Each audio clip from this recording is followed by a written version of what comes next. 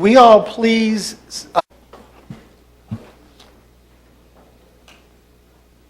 Dear Heavenly Father, we thank you for bringing us safely here tonight.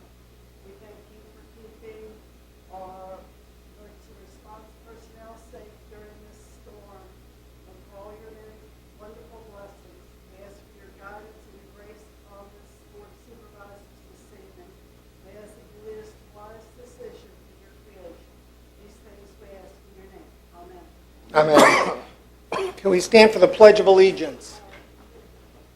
I pledge allegiance to the flag of the United States of America and to the republic for which it stands, one nation, under God, indivisible, with liberty and justice for all.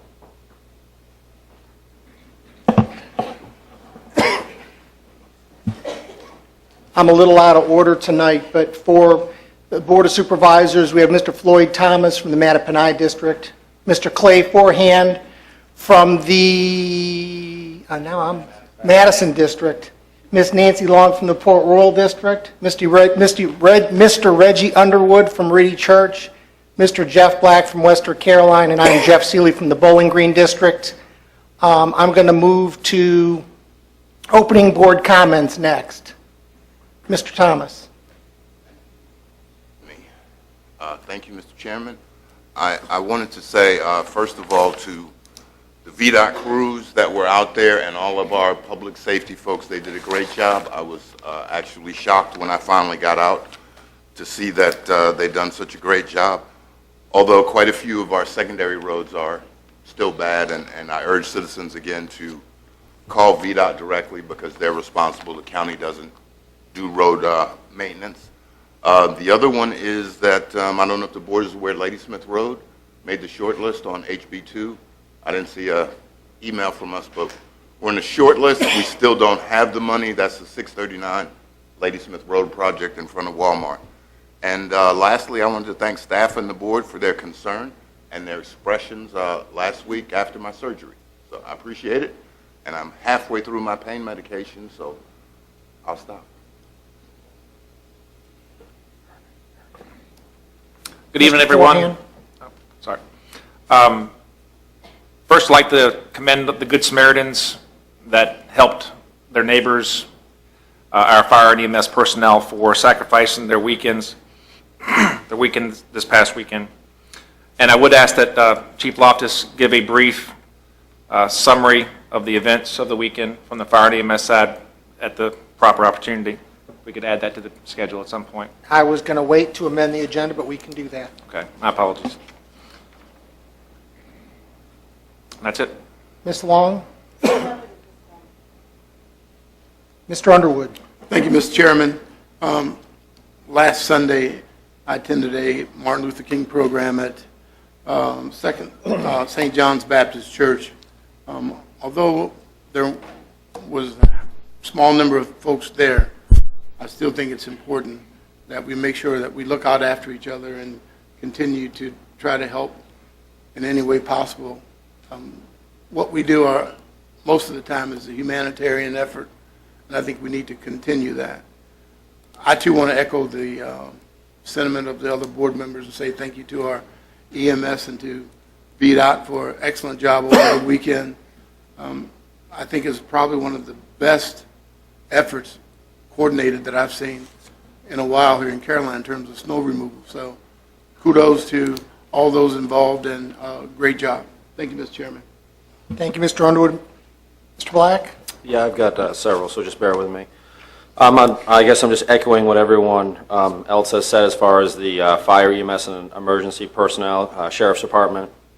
I talked to Major Mosier last night, and he said that they had 325 calls that they had to deal with from Friday through Monday. So that's pretty impressive. I also like to thank Mr. Cully for making sure that county employees weren't in danger during the storm. I think that the Friday and Monday call were obviously the proper calls to make sure that the county employees were safe. For me personally, in Landor, I was out actually snow blowing driveways during the storm, and I actually went off the road and got stuck. I want to thank the residents of Jones Drive who came out. immediately, as soon as they saw that I was struggling, to come out and pull me out. So big kudos to them. Informational, the annual Polar Bear Plunge, which is kind of anchored by Wrights Chapel, is coming up, not this Saturday, but next Saturday, February the 6th. That's always a great event that's held in Landor from people from around the county. And that goes for things like food banks and helping people who can't afford to heat their homes. So that's that with that. The other thing I'd ask Mr. Cully, now that we finally have the Board of Supervisors on Channel 97, is there a way we can start looking at putting maybe the school board and the planning commission meetings there for the residents as well, whatever we need to do, besides just the Board of Supervisors, so people can see the other boards that are important in the county. And finally, tonight, I know we have public hearings on our agenda 4 through 7. I asked the board on 5, 6, and 7 if we could possibly defer some of the decisions. We can talk about that later, but the Planning Commission just took up 5, 6, and 7 on Thursday, and they were talking about, we have no minutes from what their questions were and so forth, you know, as far as these agenda items tonight. So I'd kind of like to be able to read what they had to say at their meeting on Thursday. So when it comes to those numbers, I think we need to take a serious look at that. Thank you. Thank you, Mr. Black. Couple of things. I did attend the Virginia Department of Emergency Management meeting with the staff in the county. The planning that the state did, what they predicted, I think pretty much echoed what happened. I will say that they were trying to get everybody prepared. When they said 20 inches of snow, I think a lot of us said, yeah, right, 20 inches of snow is never going to happen. Lo and behold, it did. But I want to say that the staff did a great job of getting all the department heads together and laying out, you know, what each department would be responsible for and what they would need to do. I also want to thank Public Works. I think that's probably one of the groups that is probably one of our unsung heroes that people tend to take for granted. They worked Friday night, Saturday, Sunday, and Monday, and Friday became so difficult, as Chief Loftus will tell you is in his report of him plowing snow as well, that it just got to be too big of an effort for the equipment that they had at the rate the snow was coming down.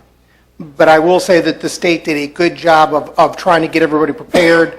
All the different weather services for the different regions chimed in with what they had for data and what they thought was going to take place. And I will say they did an excellent job of forecasting, even though I know we all complain about the weather and they're not right very often. They were actually right this time. I just want to thank all the departments and the staff for the great job they did during this storm. So thanks again from all of us on the Board of Supervisors. Amendments to the agenda. Mr. Chairman, we don't have any amendments other than to add Chief Loftus to, he's prepared to give an update because I talked to him earlier today. And I thought he would do that under the presentations part at the end of that, if that's all right with Chief Loftus. Hearing nothing else, the agenda will stand with that one change. We are going to move into presentations and reports, and first is the resolution of appreciation for Danny Carter for service on the Rappahannock Area Alcohol Safety Action Program Board of Directors. Mr. Carter, come on down, please.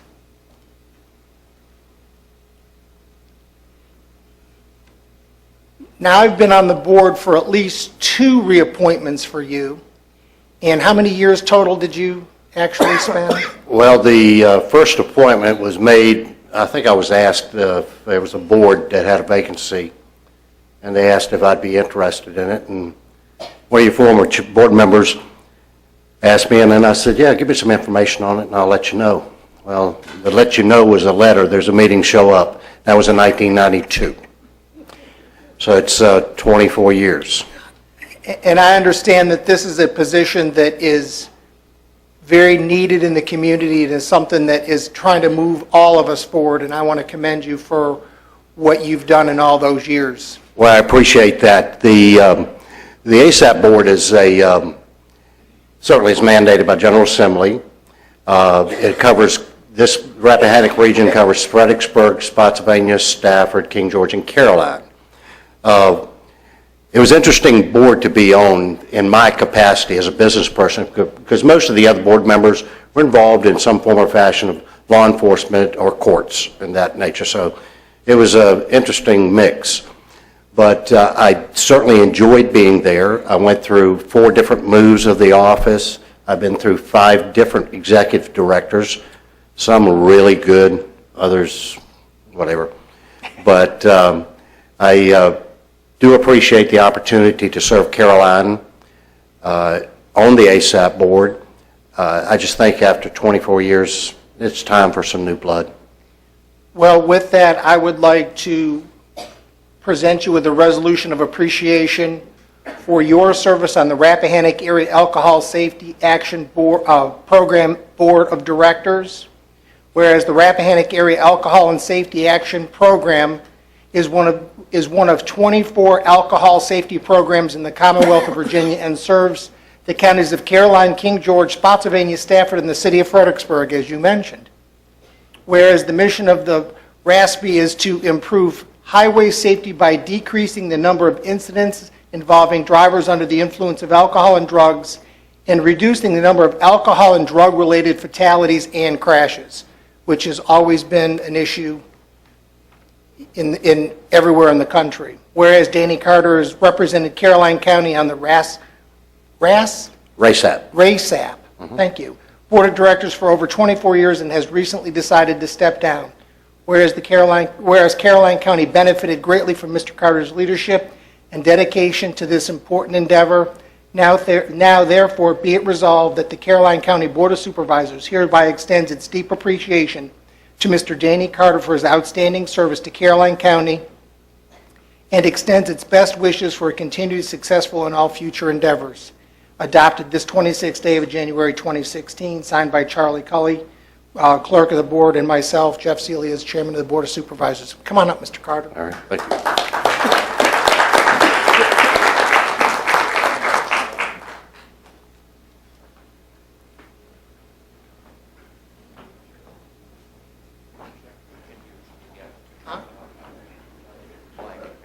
Just one more.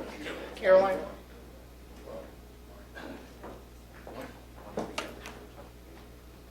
Well, we'll pick one. I'll let you do your comments down there because they come out so much better than I've got a microphone. No, that's fine. Oh, you want one flag or the other? Yeah, okay. Yeah. An inch to my right, left. Okay. Okay. Tip that down that way. That's good.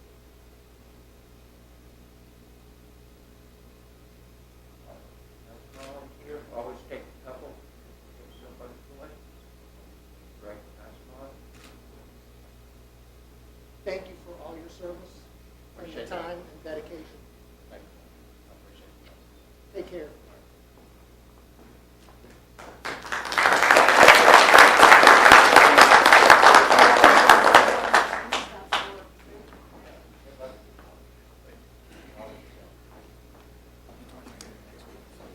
Yes, and I'm going to read it.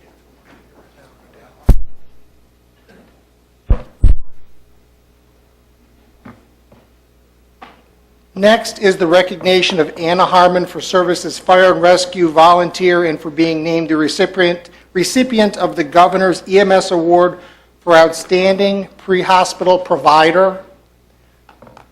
Anna, could you just come down to the front for us, please? And I'm going to read the plaque.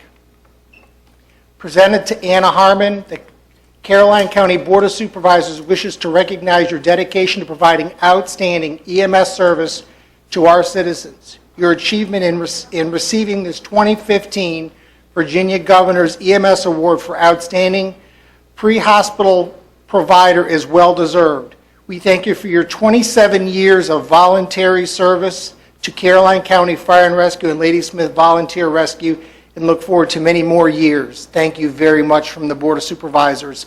And I just hope that nobody has to go out on this backboard.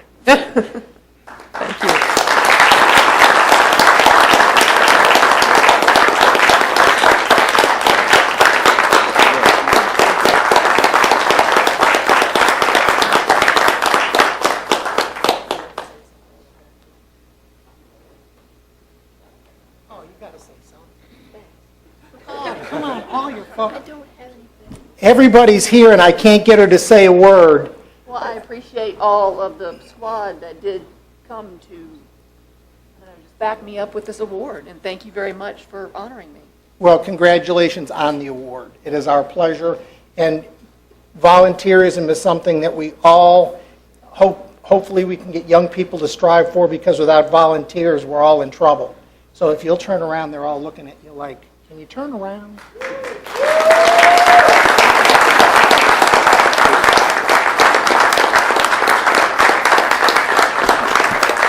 I will say something, Jeff. The Governor's Award for this is a competitive award. There's only one in the state, and I had to compete regionally and go on to the next level to compete against all of the regions in the state. And out of everyone in the state, she was chosen. So an excellent achievement overall. And I do appreciate y'all making me feel like that. Classy, right?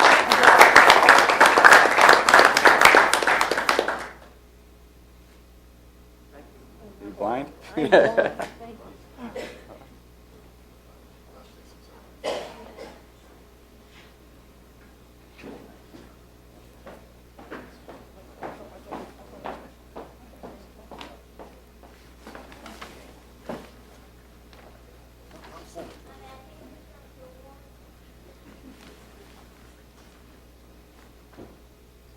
And Chief Loftus, I believe you're up next. It's the report on changes to career fire and rescue response. Jason Loftus, Fire Chief.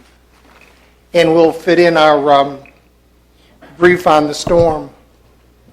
Okay, At Mr. the Chairman, same time. members of the board, good evening. February 1, we will be making some changes, and then February 18th, I believe, will be the next time we make some of these changes.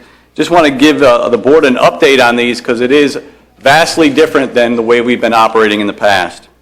With our career staff, we staff 3 ambulances 24 hours a day, and we place 2 other providers in Bowling Green and 2 in Ladysmith on fire engines for 12 hours a day, Monday through Friday. We're experiencing a higher than normal call volume on EMS, and that puts a stress on our 3 ambulances, and much of the time we have to end up responding a fire truck to an EMS call. And a lot of times that is cross-county traffic. So beginning on February 18th, the career staff will be cross-staffed on both fire and EMS apparatus. And I'll use Bowling Green as an example. We have the ambulance and the fire trucks in the same building. We have 4 people. Those 4 people will answer the first 2 calls out of that station. If those first 2 calls are EMS calls, those folks will get on that ambulance, take the first call. The next call comes out, will be an EMS call. Instead of taking the fire truck as they have for many years, they will get off the fire truck, get on the ambulance, and take that to the call. We're going to take the most appropriate piece of apparatus to the calls that we have. In Ladysmith area, because the stations are separated, we will be placing an ambulance in the Ladysmith fire station for that crew to be able to cross-staff both an ambulance and a fire truck. And during the day from 6A to 6P, we'll be moving the rescue squad folks, the staff that was in the rescue squad building, to the Ladysmith fire station. So again, they will have 4 people in the station, and they will be able to respond either a fire truck or an ambulance the most appropriate. With that, and some of the reasons for that are during the daytime, our volunteer response on EMS is at its lowest. People are working. And for us during the daytime, getting that 4th ambulance out is a struggle. And so we're going to have our career staff that are there, instead of taking a fire truck to the scene and providing first response care, they're going to now take that ambulance and be able to transport that patient out. It's great on EMS. It does give us some liability on fire that we don't have anybody back to answer the call if we have a fire call, perhaps. Our fire volunteer response is better during the day. It's not great, but it is better, and we're counting on that to step up and take some of that slack. My concern is we have someone waiting for EMS care, we send them what available resources we have. Their taxes are paying for that. They need to get off the fire truck. They need to respond to that call. Likewise, if we have a fire, they're going to get off the ambulance and get on the fire truck and respond to that. It'll help us not to reach out so much for EMS outside of our county and provide better care to those in need. A second piece that goes with that, starting on February 1st, will be emergency medical dispatching. And we've been working with the Sheriff's Office. Sheriff's Office is making some great strides in getting this done, but this is a monumental task. We will now dispatch our ambulances and fire trucks based on some data that is provided from the caller. The EMD, the dispatcher will go through a series of cards that have been approved by our operational medical director, and from those series of cards, provide information to the caller, things they can do in life-threatening, to avoid a life-threatening situation. At the same time, the criteria will funnel them down into a response mode. It'll either be a priority 1 patient, priority 2, or priority 3. Priority 1 being life-threatening, priority 2 potentially life-threatening, and priority 3 basically is a stable patient. Our response will then be dictated, and you have it in your packet. On priority 1 and 2, you'll see our units go lights and sirens. On a priority 1 call, you'll also get a fire truck for manpower to assist. Priority 2 is just an ambulance, lights and sirens. And a priority 3 call, non-life threatening, you'll get an ambulance, no lights and sirens. There's no reason to put folks at risk when we have a stable patient that's presenting. The EMD, or that priority 1, 2, and 3, will help us with the cross-staffing, because today we only have a certain number of ALS providers. We don't want to send an ALS provider on a priority 3 call or a stable patient. We want to use those providers on the most difficult calls. So having that priority dispatch and having the 4 people in one station, they can decide and make up the best crew possible to answer the call. For example, if it's a priority 3 call, we'll put 2 basic EMTs on the truck to handle the call. If it's a cardiac arrest, a priority 1, we'll make sure we have an ALS provider on that call to provide that advanced level of skill. Again, all these things are meant to maximize the resources that we do have during the day and 24 hours a day. So none of these changes will affect after hours, that we call it, or after 6 p.m. The rescue folks that are at Company 2 during the day will move back to Rescue 2 or Ladysmith Rescue at nighttime to serve out the remainder of their 12 hours. But right now, answering calls is becoming more difficult on the EMS side, and we've got to make changes to utilize what we have in the best possible way. Any questions? Thank you, Mr. Loftus, Chief Loftus. Mr. Thomas? Chief, you're not really asking for additional personnel at this point in time? No, sir. I'm trying to use what we have in the most efficient way possible, which is different than we've done in the past. Okay, I like that approach, but are we possibly going to stretch what we have? We are definitely going to stretch it. And we're stretching it today. We're still sending a fire truck to an EMS call. They sit there and they wait for an ambulance, and they wait a long time. And that ambulance may be coming from Bowling Green all the way across the county to Ladysmith when we have a fire truck right there. Right. They should be taking an ambulance to that call. Our concern is on the fire side. And, you know, the fire issue today, we only staff a fire truck with 2 people. 2 people can't put out a fire. 4 people can't put out a fire. So we need volunteer response today to make the fire response even happen. Okay. Is it putting a stress on the system? Not any more than we have today, but it is going to put it more so on the fire side. And less spread out. Yes, All sir. right. But you're going to correct this during the budget time when you make your recommendation? Yes, sir. Thank you, sir. Mr. Forehand, questions? Yeah, a couple questions. Sorry. A couple questions. How many ALS providers do you have on a typical day during the week? On a typical day, we would have a minimum of 3, and all depends on the staffing after that. And all of your career staff are at least EMTBs and firefighter, both? Correct. So Everybody's- no training issues? That's correct. The only difference being ALS and BLS. Sure. I like the approach. It does maximize your resources, especially with your ALS providers. I really like that.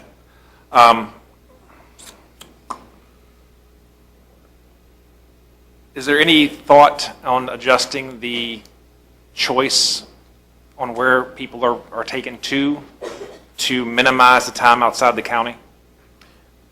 Yeah, that always is an issue. Right now, that is board policy, that's patient's choice.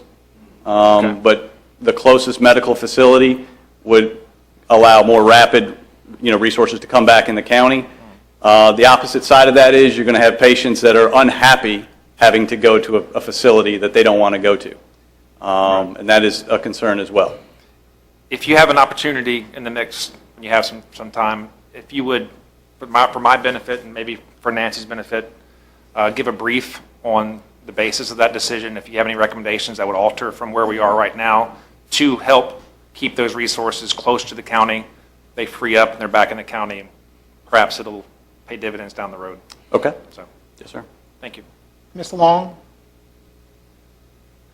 I just again want to thank you for your efforts to utilize your staff to cover everyone, and agree, we had talked about this before, if there is an emergency situation, and because we are limited, to keep the choice of hospitals within a reasonable area. To me, if it's an emergency, that's what you need to do anyhow, and not be picky.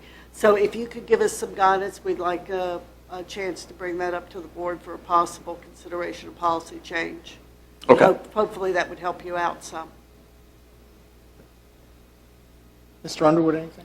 Yeah, just a couple of questions. Chief Loftus, when we talk about our resources being spread thin and the number of volunteers going in the opposite direction, need going up, personnel going down, would you be able to provide us, not tonight, but in the future, maybe a 5-year plan looking at where we need to be? We know we're going to have to spend money within EMS in order to cover the county as it grows, in order to meet the needs.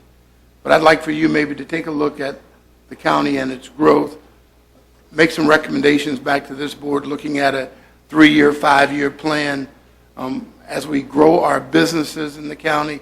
As the county grows, we're going to need to increase our services provided by EMS. And so I think we need to look at that now rather than later, so that we can start to put forth a plan to meet your needs across the county. Yes, sir. Thank you. Mr. Black? Yeah, I just have a couple. So can you just go back over this? I just want to make sure I understand this. So on the first call, let's say that someone in Charlesburg Road, my district, is having a medical emergency and like some sort of medical. So you're going to be we're sending, rather than any sort of fire truck, we're sending an ambulance first, correct?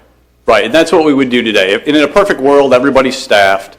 A medical emergency, whether it's priority 1, 2, or 3, will get a response, okay? What we're trying to do here is put both crews together. If it is a priority 3 call, we're going to send a BLS crew. We're going to leave the ALS crew back. We don't do that today. We always send the ALS crew today, okay? So we're going to leave them back in the station, send that 1 crew out. Now, what's the second call that comes in? Is it an EMS call or is it a fire call? Right. That's up.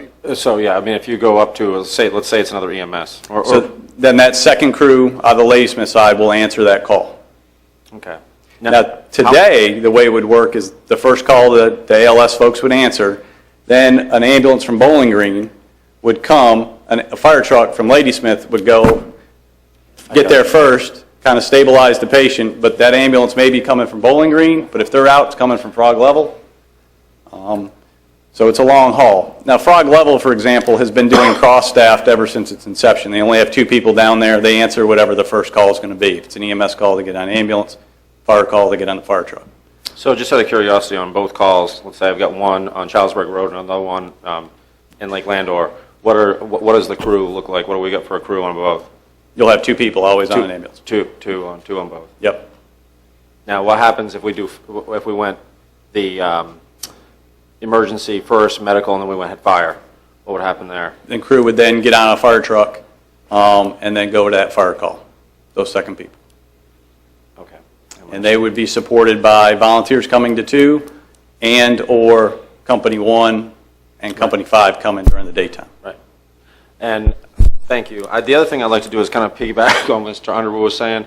Can we get a list, and I know you've provided it, I guess it's been a year or two, of the number of volunteers we have?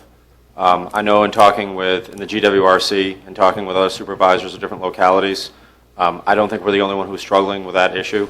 As far as number of the volunteerism, they have told me it is going down. They're having more and more difficult time in that situation. So can we get kind of an update as to numbers per station at each company, what is common, how often it's staffed with volunteers, something to that nature? And a second part of that, can we get something on what we're doing to recruit volunteers? And I can tell you that report will be ready March 1st because that's our year-end report, and that'll have all that in there. If that's okay. Okay. I appreciate it. Thank you. Thank you, Chief Loftus, for that. Can we move into the brief from the storm, to your favorite, I'm sure, topic? Ultimately, one thing Caroline County has, if we don't have a lot of staff, is excellent cooperation amongst our departments. In the meeting you attended, we had all of the departments that function in emergency management role or a role outside of their normal job duty, just as fire rescue heads up the emergency management part. Excellent cooperation. We had plans in place if we did need to open the shelter using social services as the shelter staff. We talked to the schools about getting into the school even with the construction. We had some plans for warming centers that we shared some of that with you. We reached out to the faith-based groups here. We had 5 churches willing to open if we had people that needed warming. Snowing in the winter is not really an emergency. Snowing this much in Virginia is. But the true emergency we were worried about was power loss, and we did not have any, and that was the greatest thing that happened here. The second issue for us as far as an emergency is access to our citizens when they're in need, whether it be law enforcement or fire and EMS. We struggled with that.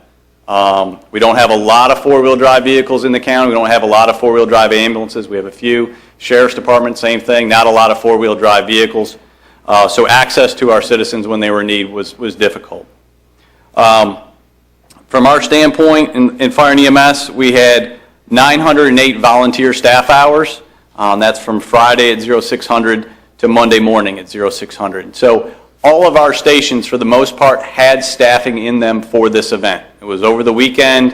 It was a big event, and we had good numbers. And what that resulted is good response out in the field. We were able to put, with every ambulance going to a call, we put a brush truck. And that brush truck was four-wheel drive. It could drive up to the house where the ambulance really had to stay on the road and see if the patient could get in that brush truck, and we would drive you to the ambulance. It also led the way, saying, hey, you're not going to be able to get through here, find another way. So we had good participation on that volunteer side. That was augmented by about 939 hours of career staffing. We brought additional staffing in for those stations that needed it. We logged 235 hours on calls, and part of that was we had 2 structure fires. We had a car that went into a pond, and we assisted Edwards Funeral Home, and we had a long access call at Skinker's Neck. It took us over 2 hours to get to the patient, and we had good participation from VDOT. VDOT was stuck, a couple tractors, a couple supervisors. We just had an access issue to get to the patient.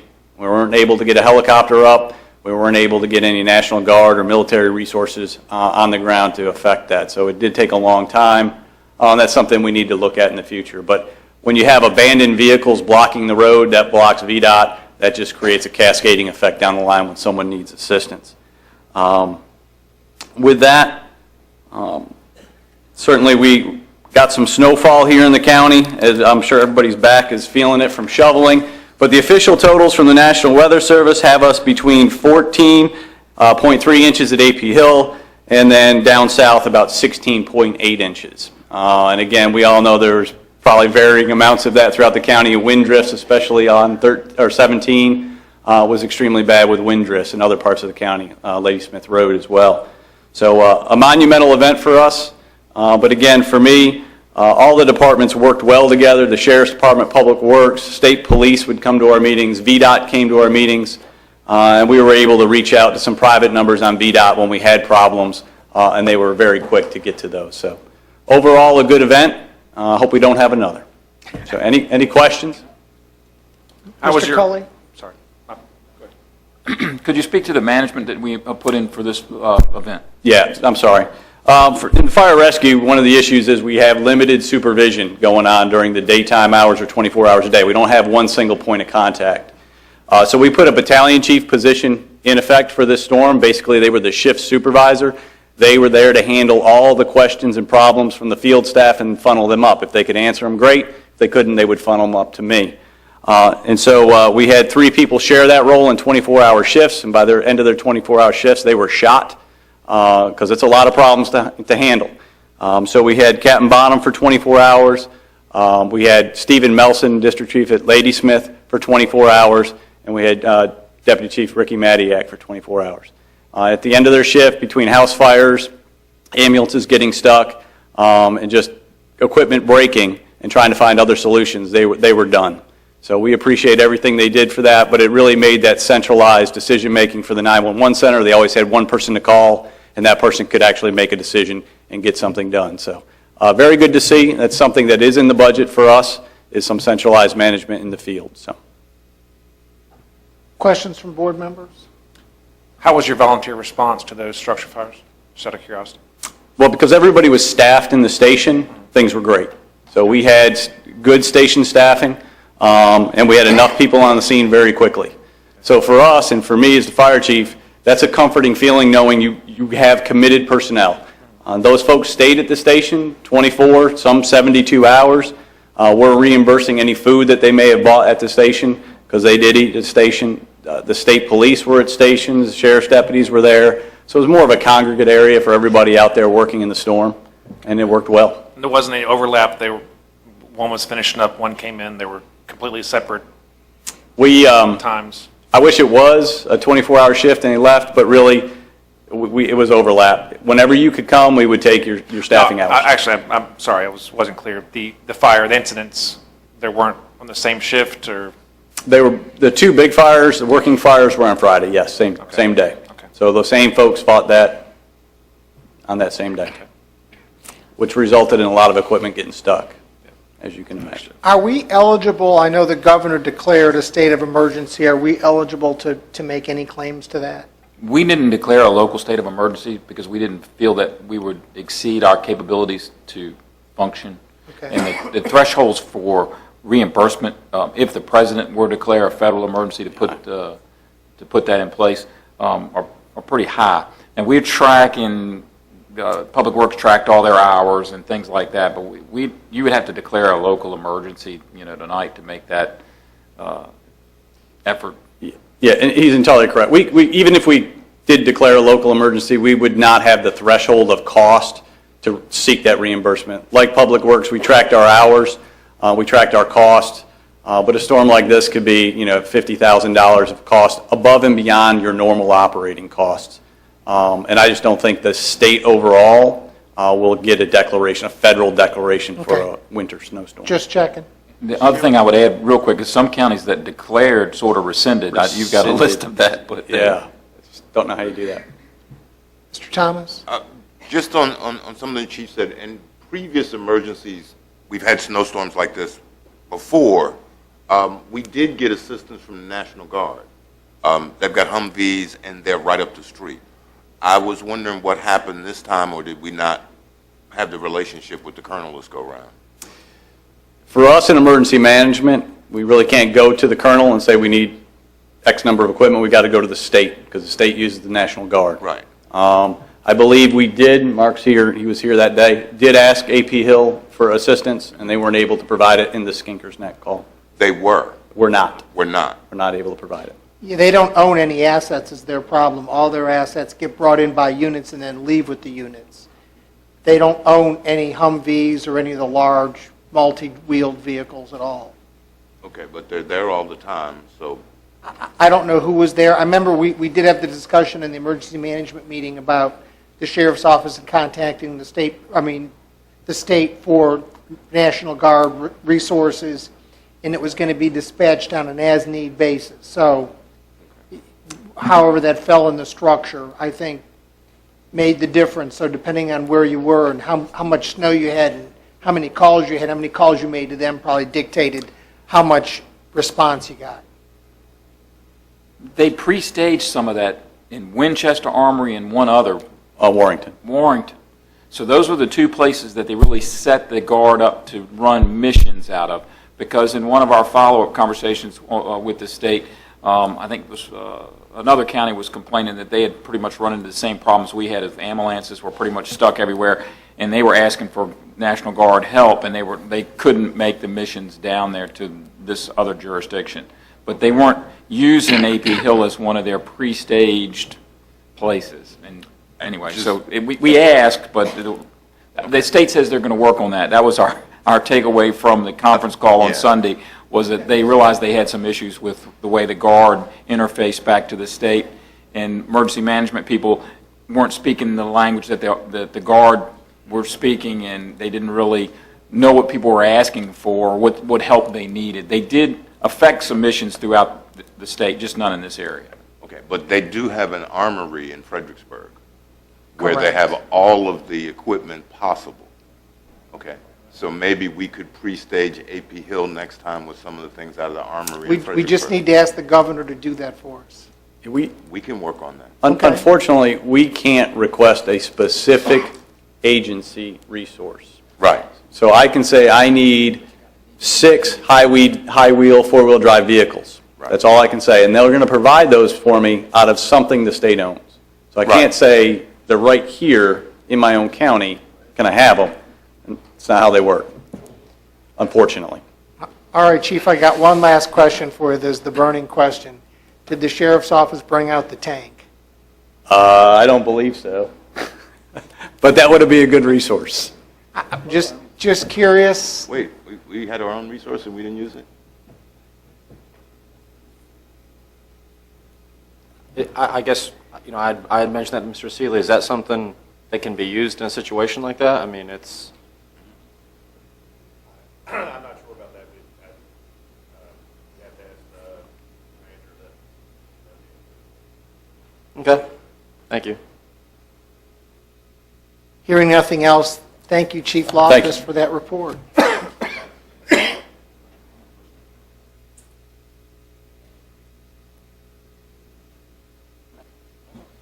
We have, the first thing under appointments, we have the Rappahannock Area Alcohol Safety and Action Program Board of Directors.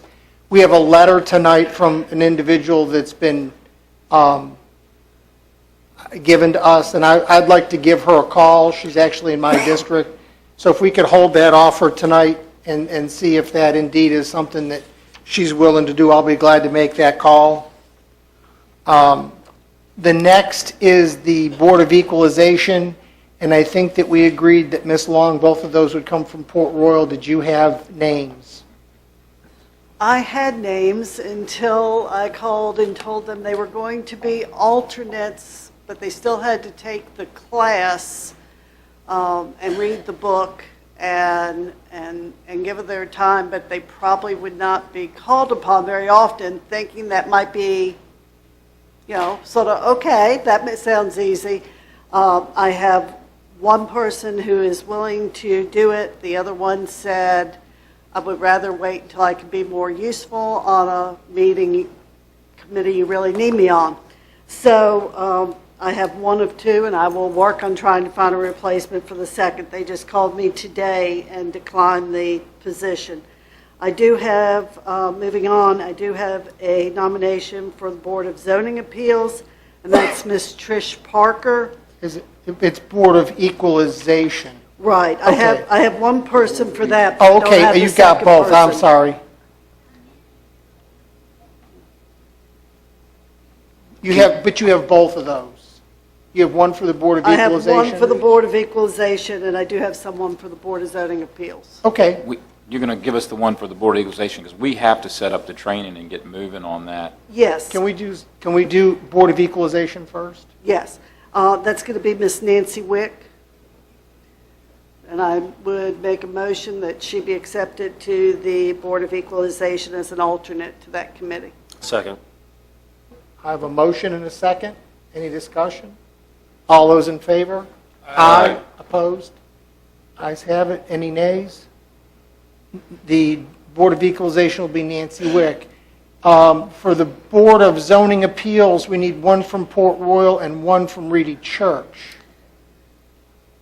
I'd like to make a motion that Ms. Trish Parker serve on the Board of Zoning Appeals for the Port Royal District. Okay. Second. I have a motion and a second. Any discussion? All those in favor signify by saying aye. Aye. Opposed? Ayes have it. Motion carries. Mr. Underwood, you think you did the I thought I did the zoning. Board of Zoning Appeals? I thought I did zoning appeals. Mr. Ernest Rollins? I thought I had asked the board and we had appointed Mr. Ernest Rollins to the zoning meeting. I think it was in December.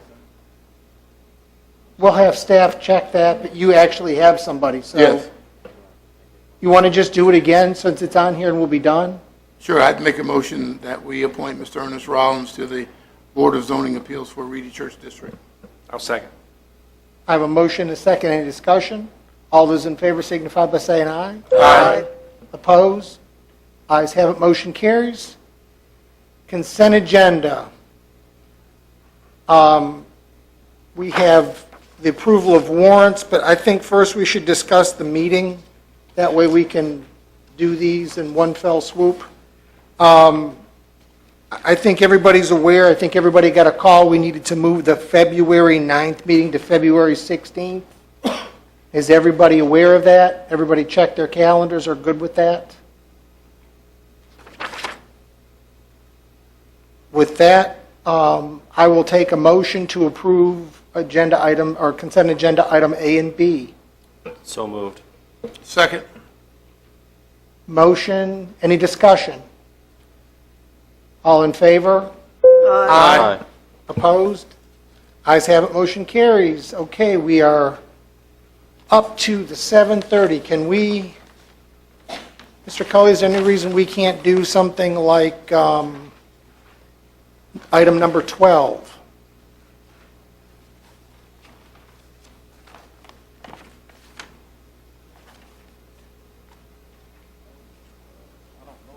It's the acceptance of the bid for poorhouse track timbering. Mr. Shebel, is that you?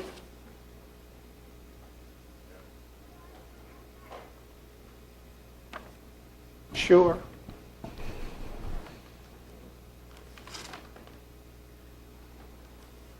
Good evening, Mr. Chairman, members of the board.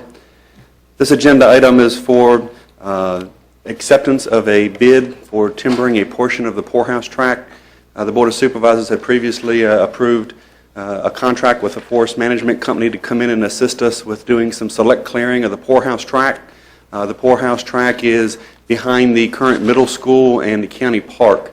We had a forester come in and look at that, and we've got a lot of our pine that has pine beetles in it. And he recommended that we remove all the pine as well as some of the other species. We hired the forest management group to come in. They actually marked each tree on both sides of the ones that would be removed. They marked the ones that would not be removed, so we know which ones should not be removed. They have since bid that out. They'd started out with a small tract. They thought 50 acres would be easier to manage than the entire track, and get a company in there and make sure that they do a good job. The low bidder, or the highest bidder in this case, was actually Richardson's Logging. They actually bid $54,068. That was renegotiated to $54,968. A little bit higher. They did not meet the appraised value that the forester had said that he would be able to sell that for. If he did not meet that, he had an additional year to sell the timber. So they were able to come pretty close to his assessed value. The good thing about this is this particular timbering company actually mulches all of their treetops. A lot of the companies will come in and they just cut the treetops off and then they just kind of disperse them across the property to rot over time, where this company will actually come in and chip all of that. I think it's an added bonus. It'll be a nice clean finish when they get done. It is staff's recommendation that we accept the $54,968. 10% of that would go to pay the forester for his management services upon completion of the project. Mr. Sheba, one thing, we've discussed making that a cross-country track as we've cut this. Is the timber aware of what we want to do with that on the completion of this 54 acres? The forest management company is, in discussing with them, he felt the best thing to do is to do the first 2 tracks and then have the last person come in, and if we want to remove certain trees, then we would remove those at that time to be able to do that. Some of these trees are going to be fairly far apart in places, and it is cross-country. It is meandering through the woods, so we think that there will be some pretty good paths through there. They are going to try to make a couple paths as they're going in and out with the logging machines that would probably end up being the main logging trails when they're doing that. Some of it does depend on the time of year where they're removing the trees, because if it gets muddy out there, it can leave large trenches, so that might not be usable. Do we have any idea what that track or what the course that they're looking at doing from the school system, what that might look like so that we could actually plan to use some of that as trails for when they actually timber? Have we looked at that? We've got the map of the actual area, and basically it's got somewhat of a circle with a little tail on the bottom of it with a couple lines drawn through it. It's nothing other than a kind of a concept in everyone's mind. Some of the issues that we're going to have to get through is there's some ravines in that property that drop down 30, 40 feet, which is good for cross-country. It's just where do you put those at? How do you get logging equipment in some of those areas? So really, once we get the first 100 acres done and we're left with that last 50, we're going to pay more attention to where these trails could go and spend more time planning on that. Okay. Questions? Clear cutting, you said select cutting. Select cutting, yes, sir. Okay, what's the age of the trees? Anywhere between 20 and 50 years old, depending on the species. Okay. So it's not just the pine trees at the... No, at the so end? yeah, we're thinning it out to give a healthier stand of what's left. Okay. And, sorry. Go ahead. Will what we're taking out in this initial one, will that encompass all the infestation? No, that's only the first 50 out of the 156 acre tract. So Do we have a schedule for the next 50? Once this company starts, they want to see what how this company does. Since they were the high bidder, they would offer that to them to do the second section if they do a good job. And since they know what the rate is, the going rate for that, each of the different sections are very similar in the product that they'll be purchasing. Okay. So ballpark, we'll release a second tract, ballpark, August? He next hasn't June? given us that information yet. Okay. We'll have a better idea once he accepts the bid, and we'll be able to discuss that more with the bidder. My only concern is with the beetles, the longer you wait, the trees are already dead, they're useless to them after a That's certain correct. point. So if we can get them now while they have value. That's So, correct. okay. Mr. Black? Yeah, I mean, we had talked with the school system, picking back on what Mr. Seeley said, we had talked with the school system about that cross-country track. Do you have, in talking with them, can we talk with them and see what the cost would be for that? I mean, can we get a cost estimate about putting that through? Would that be a possibility? Yes, sir. I guess it depends on what you want done. I think it's what the school system would like to have It's really done. on what they want. Okay. I mean, as far as, and see what the design, because they had talked to us about that. I mean, I know sometime last year they had talked to us about, when that's timbered. So if we get a cost estimate so that we can kind of understand, because we did say that we would work with them, or that was the idea that we would work with them on that. Okay. So I would appreciate that. Thank you. Other questions? Hearing none, motion is in order. Mr. Chairman, I'd make a motion that we accept staff's, the bid from, to have the timber portion of Poorhouse Tract. Second. Okay, so we're gonna go ahead and approve Richardson's logging for the timbering of that track. All in favor signify by saying aye. Aye. Opposed? Ayes have it, motion carries. Thank you, Mr. Shebel. Can we move on to agenda item 14? Who will?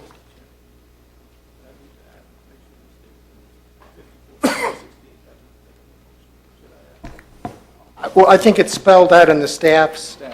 It's laid out here exactly, 53 acres total site.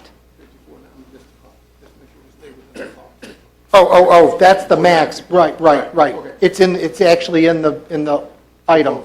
Yep, you're in good shape, Mr. Underwood. Mr. Fincham. Mr. Chairman, members of the board, agenda item number 14 in your packet is an update on the potential for emergency vehicle access to the backside of the Lake Landor community off of Durrett Road. Excuse me.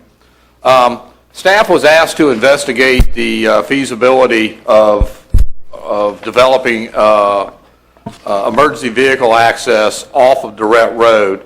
And you have a couple of other attachments in there for your consideration. Staff talked with Chief Loftus at Fire and Rescue, who has a memo in here in support of the emergency vehicle access request. In order to make that happen, we've also talked to staff of the Lake Landor POA, as well as a property owner through which the rear portion of Durrett Road runs through that property. It's the Ladysmith Pitts LLC, are the owners. All parties have indicated general agreement to work with the county on providing emergency vehicle access to Crump Drive through both Lady Smith Pitts LLC property as well as the POA. You will note in your kind of map of the area that the little green line that runs through the property. There is an all-weather stream there that constitutes a resource protection area, or RPA, under the county's Chesapeake Bay Preservation Act. Virtually all of that property that's not in the RPA is in an RMA, which will necessitate some additional surveying and environmental assessment in order to construct this 300-foot-long driveway that will be at most 12 feet wide. So there will be some engineering and environmental costs above and beyond the actual driveway construction itself. We have gotten some rough estimates. These are not bids. We haven't gone through the bid process yet. But generally speaking, we are probably looking at about $40,000 based on materials, cost, et cetera, to construct an emergency vehicle access, off of Durrett Road, excluding surveying cost, the deed preparation for the easement, and the environmental assessment. That's kind of where we're at right now. Staff was asked to bring this to the board to give you an update, so it's kind of where we're at. All parties verbally are in agreement with going forward with this, and if it's the board's pleasure, we can get even more updated cost on the engineering and environmental side and bring a complete package back to the board. One other question. Is that land clear enough to be a landing zone for a helicopter if it was needed? No, sir, it's actually on the side of a hill. It's a fairly steep hill going up from the stream. So there's no, that access wouldn't give us a flat surface for... No, sir. Because I know that's one of the issues we frequently have with a lot of locations in the county is where our landing zone's going to be. I was hoping that would also facilitate that. No, sir. It's on the side of a fairly steep hill coming up from that stream. Yeah, it's going to be tight. Is it going to be difficult for a fire truck? No, I think we should be able to have emergency vehicle access. I am a little concerned, there's only 2 houses back there. So it's not a heavily traveled road by any stretch of the imagination. Right. But being on a hill, if there are your typical VDOT site distance criteria, that could be a little problematic. I think we're high enough up the hill, closer to the abutting property owner, that we've probably resolved that issue by staying out of the RPA in that area at the bottom. That would be my real concern. Okay. Other questions? Motion, I think we need to at least make a motion if we want to go further. That access for a lot of places can be difficult. I'll go ahead and make the motion that we move forward on the emergency entrance into Lake Landor. Second. I have a motion and a second. Any further discussion? This is investigating the feasibility? And Further. some further cost, right, of what it would actually take. Any other discussion? Hearing none. All those in favor signify by saying aye. Aye. Opposed? Ayes have it, motion carries. I don't know how involved 13 is. Do we want to, can we take, we're going to recess and take a break till 7:30 and really 7:30? No, we have to go to 7:30. Public comment and the public hearings have to commence after 7:30. So we are going to take a 8, 9, 10. Wait a minute. Oh, we can do 8. Sure, we'll do 8 or 9 at least. I do want to give us at least 15 minutes because we always overrun. The purchase of a replacement ambulance Chief Loftus. I completely went over Chief, those. can I handle this one? Sure. Make a motion to approve? I do have a question. Oh, okay. Good try. But he's actually saved us money because it was it was a 50/50, and now it's 80/20. The only question is this four-wheel drive now. So we've saved money. I mean, come on. No, this is What unit's going out of service? ambulance 11. And what's the demographics on that? It is a 2007 ambulance, although we have spent over $19,000 on that ambulance in the last 3 years, and it is not meeting our needs today, and that cost is driving its number one replacement. That was the top of that bar graph and you Yep. provided to us earlier. That's correct. Any further questions? Mr. Thomas? I again make a motion Second. to, oh, you seconded already? Yep. All right, Motion's let's made, go. second's been made to approve agenda item number 8, the proposed purchase of a replacement ambulance. All in favor signify by saying aye. Aye. Opposed? Ayes have it, motion Mr. carries. Chairman, before Mr. Loftus moves, could I make a motion that we approve agenda item number 9, which was the installation of the traffic signal equipment that we actually approved in Couple months. September or October? Second. Can I just have one question on Yeah, this? I've got a motion, a second, 1 second. Discussion, Mr. Black? This is for the intersections. Just out of curiosity, like, the intersections, I'm sure you're doing one on there, Route 1 and Ladysmith Road, correct? Would be one of your intersections that's covered? That may be done. He's got Yep. every intersection in the We- county with a well, red light. We have 10 intersections in the county. I left my phone over there. And only 2 are not being done because we know some of those 2 are being upgraded by VDOT. And Right. by that agreement that we have in place, VDOT will put the technology on there. We don't have to pay for it. I guess, yeah, that's, and you don't, the only question I have is, in the case of something like when 95, because it's very often, especially in the summertime, where there's accidents on 95 and it's backed up, so people will take Route 1. And Route 1 on a Saturday, Sunday, weekend can look like a zoo. I mean, will that help in that, so you have a fire coming out and you need to go down Ladysmith Road, either Lake Caroline and traffic is extremely backed up, would that be a, Yeah, what it's going to do is going to give us the green light in the direction of our travel. So it's going to clear the stuff, the traffic that's at that light now. If it's red, it'll clear that out before the fire truck gets there, and the fire truck will go through on green, or the ambulance coming from the other direction. So it clears out the public ahead of our getting there, and it gives us clear access through that intersection. So for us, it's safer because everybody's out, and we have the green light in our direction of travel. I can't change the flow of traffic. right, yeah. Okay, Yeah, okay. but I can get the traffic out of our way before we get to the intersection. Okay, that's it. Didn't it have like a quarter-mile range?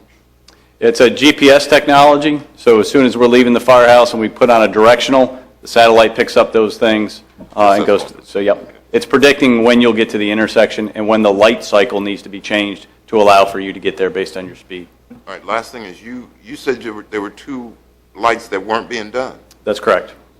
The 2 are Tidewater Trail and AP Hill Boulevard, which is scheduled by VDOT to be upgraded in 2016, 2017 timeframe, and Jeff Davis Highway and Rogers Clark Boulevard, which again are subject to VDOT's upgrade.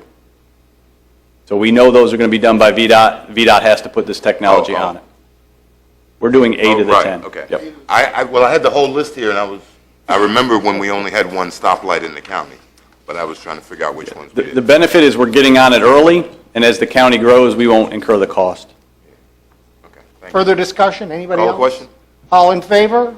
Aye. Opposed? Ayes have it, motion carries.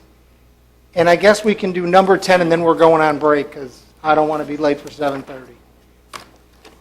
Yeah, I got to find my paperwork. The monitor. This has been a long-standing topic for us because we've actually looked for some of these for the ball field, and I did not realize how expensive they were. They are different units than what we They're would have different than in ball field. Yeah, they're very vastly different. Well, I understand, but I just was always surprised at how expensive these were. The request before you this evening is to purchase another Zoll monitor, and this is for the, basically the advanced life support providers. All of our trucks have them today. We're trying to replace them as their lifespan is gone out.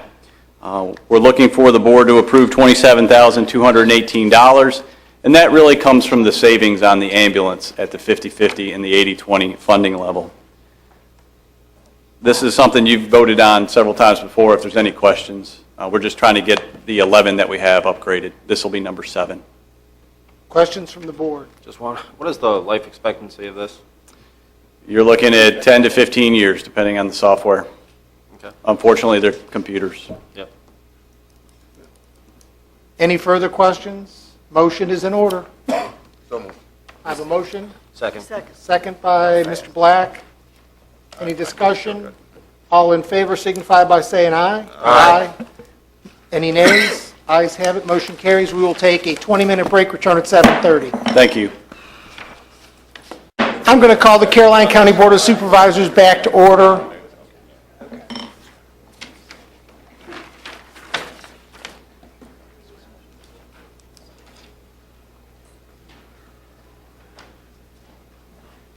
It is 7:30, and at 7:30 we have public comment. Public comment is for any agenda item not in a public hearing status this evening. Anything else can be public comment. So at this time, I open public comment for 3 minutes for any individual wishing to speak. Public comment is now open. Come down and give us your name and your magisterial voting district. Frank Hammond, I'm in the Madison Voting District, 117 Yorktown Drive, Rutherford Glen. About 8 years ago, I chaired the Ladysmith Planning Committee, and that was 2 years of developing a vision for the Ladysmith area. We sat down with VDOT. There were some things we suggested. VDOT initially wasn't pleased with some, but we did find some solutions. We did send out surveys to property owners and residents of the area, and a good number of survey respondents wanted local shopping, keeping tax money here in the county. It was a matter of finding the best location for big box so it wouldn't be intrusive to local traffic. The proposed site and most road improvements for this plan that's coming up meet what's in the Ladysmith plan for the most part. However, I've talked with a few members that sat on the committee with me about the size and number of signs. We don't want overkill. Mr. Hammond? Yes. That is really one of the agenda items. It's a public hearing tonight, so if we could wait until we get to the public hearings Okay, rather than public comment. I only have 15 seconds, and then I'll walk away. Okay. Okay. We don't want overkill. There is one new business in the area that has 6 signs on their site, so we... Well, no. So, again, that's it. public, those are public hearings tonight, so Okay. that is the appropriate place for those. Okay. All right? Anyone else wishing to make public comment that's not on an agenda item that's for public hearing tonight? Anyone else wishing to make public comment? Major Mosier. Yes. Bowling Green District, Scott Mosier. Mr. Chairman, you asked a question about the Casper earlier tonight. Sorry, I wasn't here. I was in a pastor's meeting in the other room, so I wasn't far from you guys, just in case. But the Casper, we did get inquiries from Fire and Rescue about utilizing that vehicle. We spoke to our driving instructor, and the fact that it's 28,000 pounds and top-heavy wasn't designed for that type of terrain or driving, so we elected not to utilize that resource. And for everybody in the audience, that was what everybody called the tank. It's called that's official name is Casper. Casper, Yeah, correct. but it's a armored vehicle of sort. Okay. Yes, sir. Thank you. You're welcome. Anyone else wishing to speak at public comment? Anyone else? Hearing none, I'm going to close the public comment for this evening. Mr. Chairman? Mr. Thomas. As you close the public comment, I had a constituent who wanted to be here to talk about internet. It was Laura, it was two, Laura and Valerie Gordon. They wanted to come to talk about the need of internet in the county, and I promised them that I would mention that during public comment. So they plan to be here. I'm sure we'll discuss it more in February. But Yes. they plan to be in February. I thought it was a good idea to stay home and be safe today. Oh, absolutely. Thank you. We are going to move on to the public hearings for the rezonings, and I had a brief discussion with the team for that, and at this time, if their attorney would like to speak, I will give him a couple of minutes to talk about this, since there were questions about this earlier in our meeting. Yes, good evening, Mr. Chairman, members of the Board of Supervisors. For the record, my name is Tom Klein. I'm an attorney the firm Troutman Sanders. I serve as counsel to Walmart. I'm also accompanied by the development team that's been working on this project over the course of really the last 2 years, 2+ years. And so we are excited that we've reached a point where a number of critical items associated with this project, the recommendation for the rezoning, recommendations with respect to signage and buffers and some other components of the project have all received a favorable recommendation from the Planning Commission. Given the fact that that final action from Planning Commission was just a few days ago, and I realize that some of the packages have not always been formally reviewed or transmitted up here, I think what we'd like to do at your pleasure is to respectfully request that we defer these applications until your next meeting, particularly since you have a meeting that's coming up just a few weeks from now on the 16th of February. We'd like to defer the public hearing and these applications on that so we have time to coordinate a few remaining issues also with the planning department staff and others, and then have the team come back up here on the 16th to do the full public hearing and presentation on all the applications that we have. I, as a board member, had individual questions, and I now have a set of plans that I can read without having a magnifying glass. I have asked the applicant if they'd be willing to at least meet and talk about questions that I had, and they said that they would set aside an afternoon, and they will give us some dates, and any board member that would like to ask questions individually would be able to do that based on the packages that we've got and the data that we should be getting. So I've asked them if they would actually give us a date that we could individually, because I have a pile of questions that we're going to take a good bit of time this evening to go through.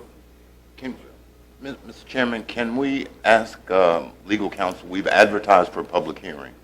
Should we have the public hearing and leave it open? But since we advertised for one, are we obligated to hold one? No, sir, you don't have to hold one. I would announce when the public hearing is going to be held tonight, which I believe is sufficient notice of the continuance of the public hearing to that point in time. If not, we would have to re-advertise, but that's what I was trying to there's no avoid. reason that can't, legal reason why that can't be done. And since we moved to the 16th, we're okay, because we'll have 10 days to advertise. I don't believe you need to advertise. If you were to announce tonight that you're going to continue this public hearing, defer it, and hold the public hearing on the 16th, anybody that was interested for it tonight should be present and hear that it's moving to the 16th. So And I think that's right. I just want to check in the code. If I figure out it's not right, we would still have time to advertise. But I believe Mr. Cully's correct. Ms. Long? Mr. Chairman, my question was if there are citizens here that came out tonight in this weather to speak, would they be able to speak and then we continue the public hearing? We can take comments tonight if we wish, and I believe they would also have the option at the public hearing for making comments as well.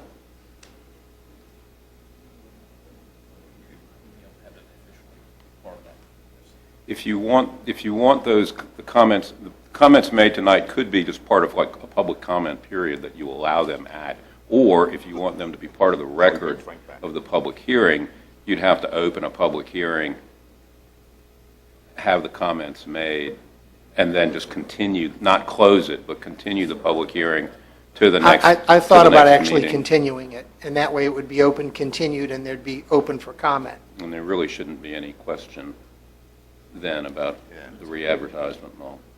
Well, let me poll the board. If we open do we have to open it for all 4 agenda items or just one?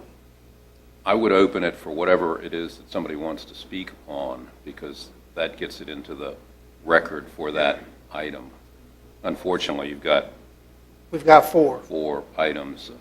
Whether you need to have as fulsome an explanation for Mr. Fincham as you might otherwise have, or comments from the applicant, I mean, you can probably, since you're going to go through it again, shortcut some of those things, simply open each one for comments from anyone who would like to make them tonight to avoid having to come back on the 16th.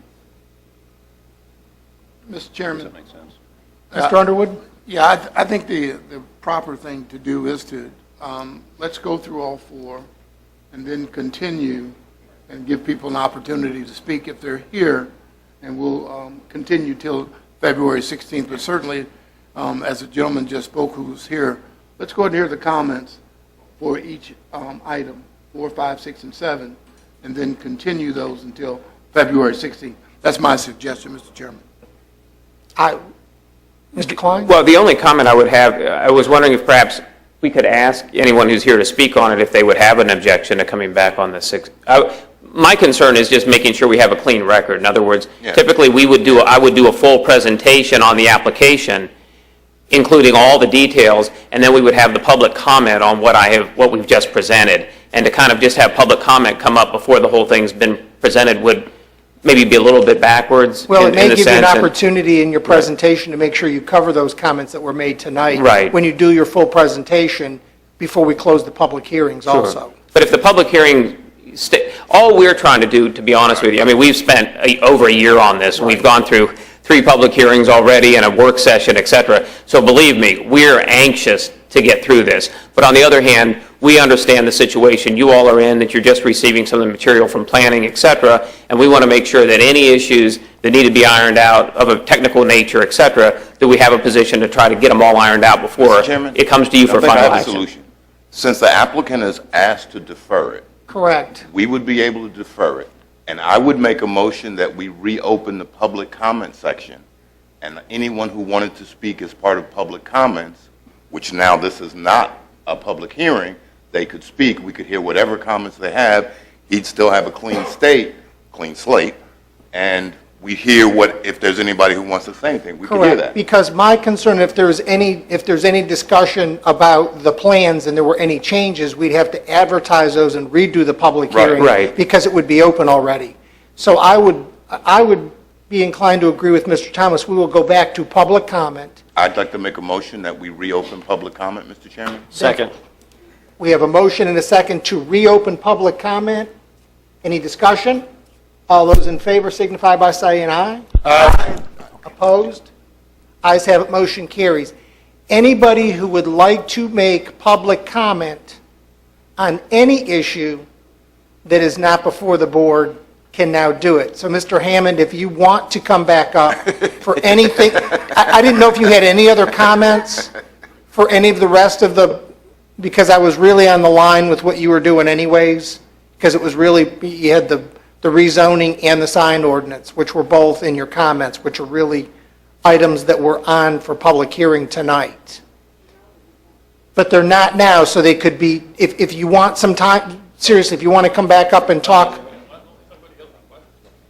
a little more detail, I think I got the gist of what you were saying. I understand your concerns. Is there anybody else that would like to make public comment on anything that now is not on the agenda? Yeah, because it's clearly Walmart rezoning and sign ordinance and that kind of stuff. Anything? Hearing none, I'm going to reclose public comment if there is none. Hearing none, I will close public comment once again. I would like to take a motion to defer agenda items 4, 5, 6, and 7 to the 16th of February. Mr. Chairman, Can we do them together, or do we have to do them individually? I think we can. Mr. Chairman, at the request of the applicant, I would make a motion to defer item 4, 5, 6, and 7, which are all related to Corker Whitaker LLC, Blackwood as the applicant, or Blackwood Capital as the applicant, be deferred until our February 16th meeting at 7:30. Second. I have a motion and a second. Any further discussion? All those in favor signify by saying aye. Aye. Opposed? Ayes have it. Motion carries. 4, 5, 6, and 7 from our current agenda have been deferred until the 16th of February. Mr. Fincham.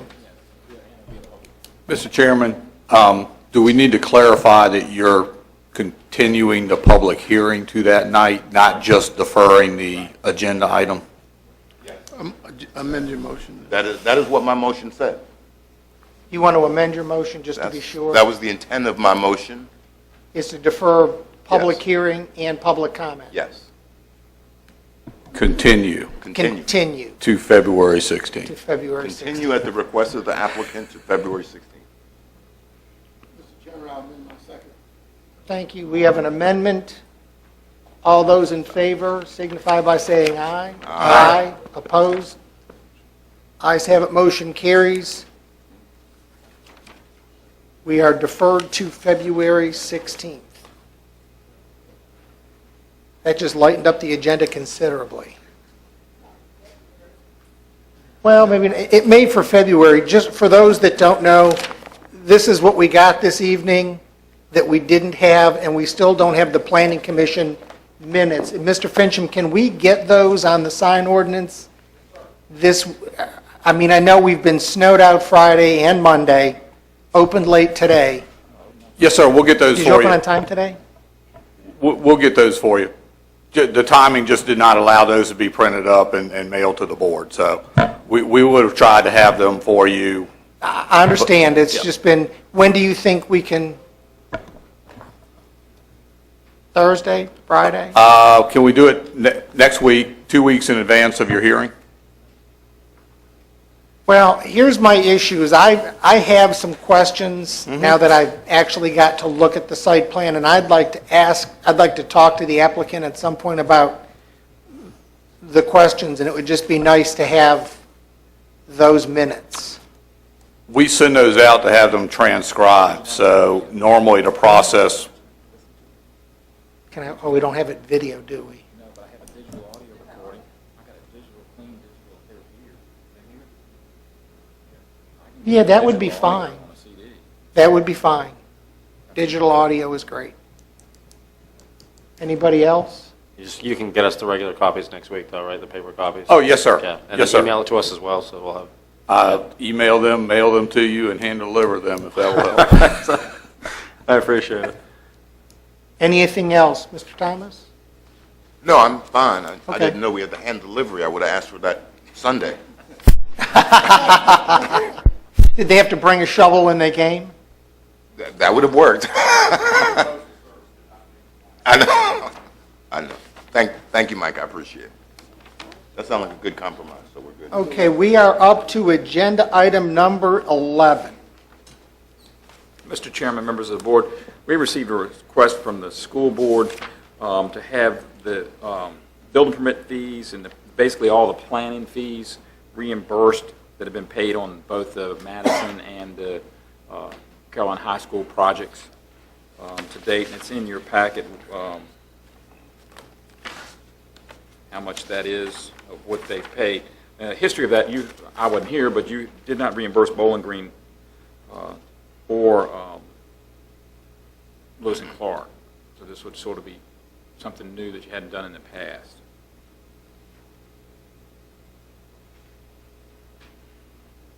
So basically reimburse the project fund. We wouldn't refund the contractors. Right. Questions from the board?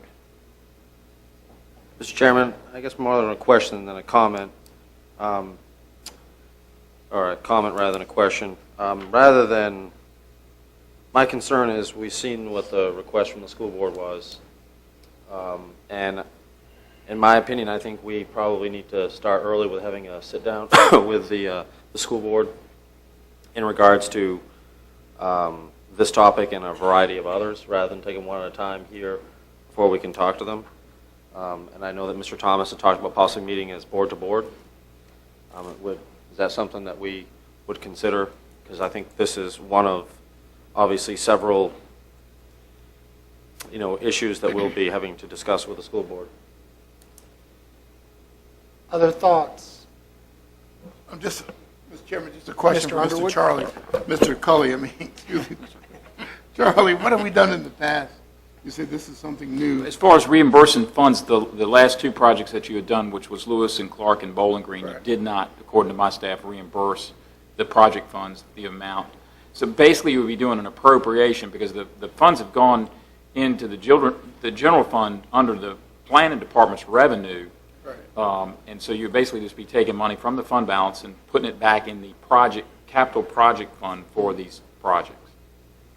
And one of the issues with the building department is it's supposed to be self-funded, So the fees actually, Well, there has been work done. I mean, plans have been reviewed. And Correct, there's correct. A tremendous amount of work to get the actual building permits for these projects over, the year it took on some of it for various stormwater reasons and those type of things. But it's certainly your pleasure. And one of the things that has been brought up, they owe us, I think, $4,200 a month for the clerk of the works. have we worked out how that's being paid? Well, we had thought if you gave them this money back, that we would hold that out of that. But yes. Can we, let me make this a lot simpler. Can we set up a 2-on-2 meeting and Mr. Black and I meet with the superintendent and the chair and the vice chair of the school board? The only drawback is it's going to have to be late in an afternoon for me, like 4 or 4:30. Can we set that up and actually have that, rather than try to figure that out from here, let us try to approach that on a 2-on-2? Well, Mr. Mr. Chairman, Chairman, the superintendent and Mr. Honan is here. I see him, but I know he doesn't have any board members with him either, so I hate to put him on the spot for... We can have a discussion. Mr. Chairman, if I may,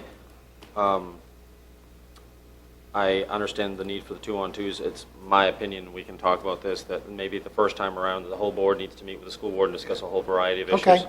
I mean, just so that way we can sit down and talk about, we had talked about the bus garage. I know there's several issues that we could put on the agenda in regards to talk to them about, besides the 2.2 million, but we could put this on as well so we could go down through each one, because And there's some things to step back, because I may have been misunderstood, I'm not sure, but my questions about the last go-round and the E-rate grant and school security and the match, if the county had matched that, that would have been $100,000, and we definitely wouldn't have had any other things. So there's a lot of things we need to talk about. Okay. I think it's good if we do a Should we board-to-board. have Mr. Cully set up with Dr. Parker a face-to-face school board of supervisor work session? We can do a work session before the 16th, or come in on the 16th like we did before. Well, I don't think an hour is going to be enough time, is my concern. I think you're going to need a separate work I session. said before, I mean, we could come in at 4. That's 2 hours. That's kind of tight on you? Okay. Well, Let's see if we can work out a 2-on-2 and some date, a board-to-board with dates. And I don't know that we had a problem finding the 16th meeting, so I don't know that we're going to, Yeah, the week before doesn't work for Mr. Underwood. so we're really in a short time frame. did the school board meet yesterday? Yes. Okay. Oh, no, they meet first. They were supposed to meet yesterday. No, they would have a public hearing yesterday. That's what it was.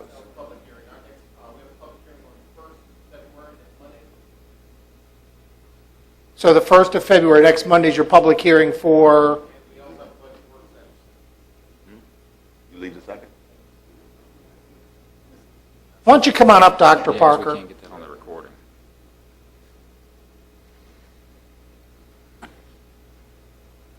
Chairman Sealy, I think a 2-on-2 would be appropriate if you want to do that prior to. We do have a budget work session next Monday, and also a public hearing on the budget, on the proposed operational budget as well. But I can check with the chairman right after we leave here this evening to see when would be a good time if the boards want to get together. But it sounds like there are several issues that we would need a list of these items so we can look into if there are any concerns or questions.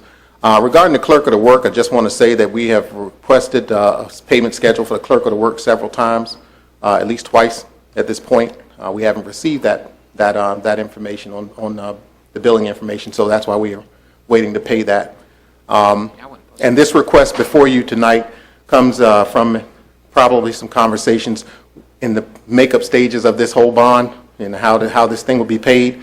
The board is under the impression that this was a procedural process to get reimbursed for this, even though it's not the norm. I think the whole process, the renovation process for these two schools is not in the norm. It's different than Bowling Green or Lewis and Clark. So in speaking with our chair and why we're before you this evening is because he, in conversations with the board during the process of planning these renovations, it was under their impression that they were told they would be reimbursed, be able to request reimbursement for these expenses. So I think some conversation around that piece, since I was not a part of that conversation, I'm only here on errand this evening. But I will be happy to relay to the board if I request, Mr. Chair, at your preference, to meet with the board, and we'll look for a suitable date to do so. Okay. Mr. Underwood? Superintendent, excuse me, you said that the board was under the impression that we were going to reimburse them Yes. for that cost. Yes, sir. That was iterated to you, I guess. From Yes, sir. Chairman Spalding indicated that he has that conversation, in previous conversations with this board, he was told that this would be a procedural process during the renovation to seek reimbursement for Okay. these expenses. Thank you very much. Dr. Parker, could you please tell me what time your public hearing and your meeting is on February the 1st?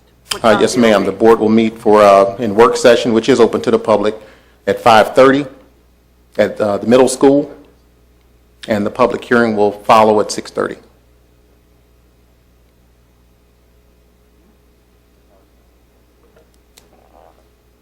Other questions?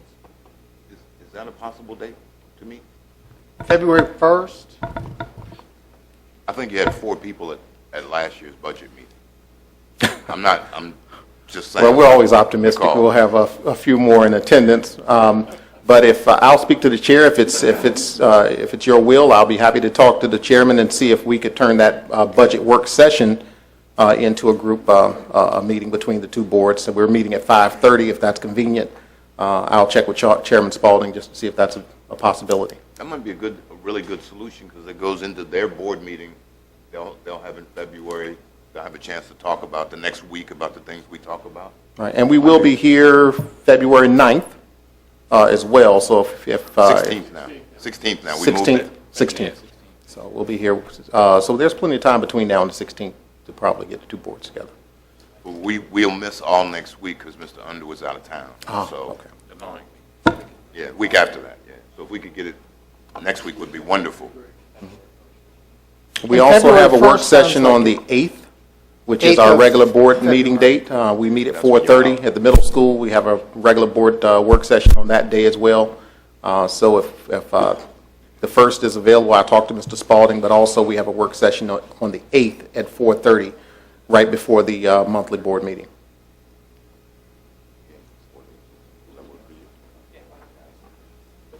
Maybe shoot for 4:30 or so On what day, Mr. Forehand? on that first. Yeah. Can you make 4:30, Mr. Black? I would not be today, as long as you have a forum, it's Monday. That's right, you won't be back until almost 7. We'll get the most we can.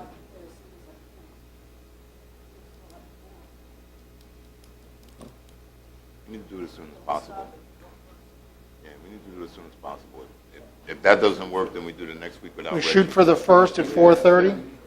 First, 1st at 4:30 at the middle school? I'll ask them on the 4:30 on the 1st, and also 4:30 on the 8th is also available if that date doesn't work for our board. We could do one of the others, yeah. If Mr. Cully could send me all of the items that you'd like to address in that meeting, that way we can have a little rough agenda. We'll do our best to answer any questions that you may have.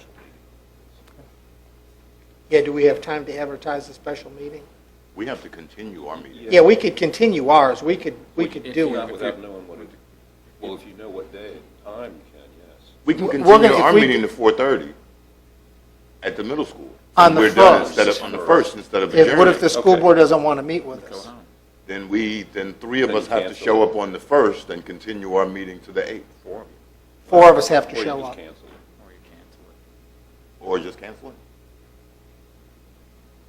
Yeah. Can we continue to the 1st or the 8th? Well, No, you you continue, have to, if you want to, if you were changing it from the 1st to the 8th and you wanted to avoid the notice requirements and things, then yeah, you would have to have a quorum show up, open the meeting, and Yeah. continue the meeting on the 1st to the 8th or whatever other date you want to have it. If you weren't going to have, couldn't come up with a date or whatever by the 1st, you could just cancel it. But then you'd have to go through the special meeting notice requirements when you That's did when come you up send a with a letter. date. I mean, you send a letter to the board that says. It can be to done. Each board members and say. Yeah, we and media. cancel the meeting. you have to post it, and you Let's- have to tell the Shoot for the media eighth. and all I mean, the that. first. Let's shoot for the 1st because we have consensus here that we can do the 1st at 4:30. Okay. And we will shoot for that. I will contact Mr. Cully tomorrow for confirmation on that, and we'll take it from there. We can't do a secondary date. You have to meet on the 1st. We have to meet on the 1st and And then continue move it to the 8th. Right.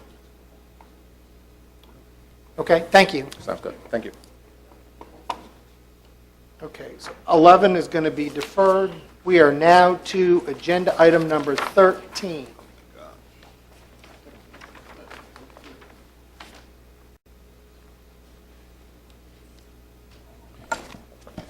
Mr. Chairman, members of the board, staff issued an RFP for primarily wireless broadband coverage just to see what possible options might be out there, since, as we all know, Caroline is an underserved internet county like many rural counties. And what we found was we got 3 responses to the RFP, and I'll kind of summarize each proposal if I could. The first is from All Points Broadband, and their approach, I think, can be characterized as that they try to minimize the risk both to the county and themselves. And what I mean by that is they would ask from the county that we provide access to vertical assets, meaning water tanks, cell towers, and so forth, to them at no cost or limited cost. And we would also agree to make them our service provider at county facilities for a long period of time. And what that does is gives them sort of an anchor customer and justifies their capital expense in building a network. We would only do that, of course, if they can provide either the same or better service at the same or better price than our current carrier. So moving through, they have a 3-phased approach. Under the first phase, the county would enter into a preliminary agreement, and they have indicated they don't build networks on a speculative basis. So they would want the county to pay them $45,000 to proceed with developing a network. That would be a one-time fee. With that, they would begin the initial design phase that would last no more than 120 days. And at the end of that design phase, they would have what they call a network design and development plan that would include a detailed network design, propagation map, and wireless coverage area that would obviously show what residences and businesses would be served. They would give you an indicative schedule of deployment. They would list the county facilities where they can provide service, at least the same or better service at the same or better price. They would tell us the minimum monthly amount that we would have to spend over the term of the agreement, and they would give us, obviously, plan information and pricing for the basic tiers for both residential and business customers in the coverage area. So we then have 45 days to decide whether to proceed with Phase 2 at that point.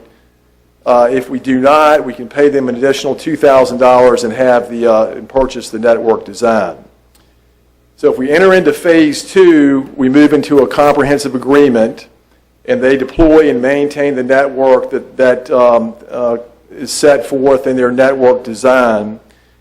And we commit to purchasing services from them for the length of the comprehensive agreement, which they're proposing to be 10 years with 2 5-year renewals. And the comprehensive agreement, I won't read them, but they're outlined. The provisions that would be included in that are outlined at the bottom of page 3 and the top of page 4 in the board packet memo. I think we would need to check with the county attorney as to whether some of those provisions could actually be enacted. Number 6 in particular, I think we recently discovered did not work.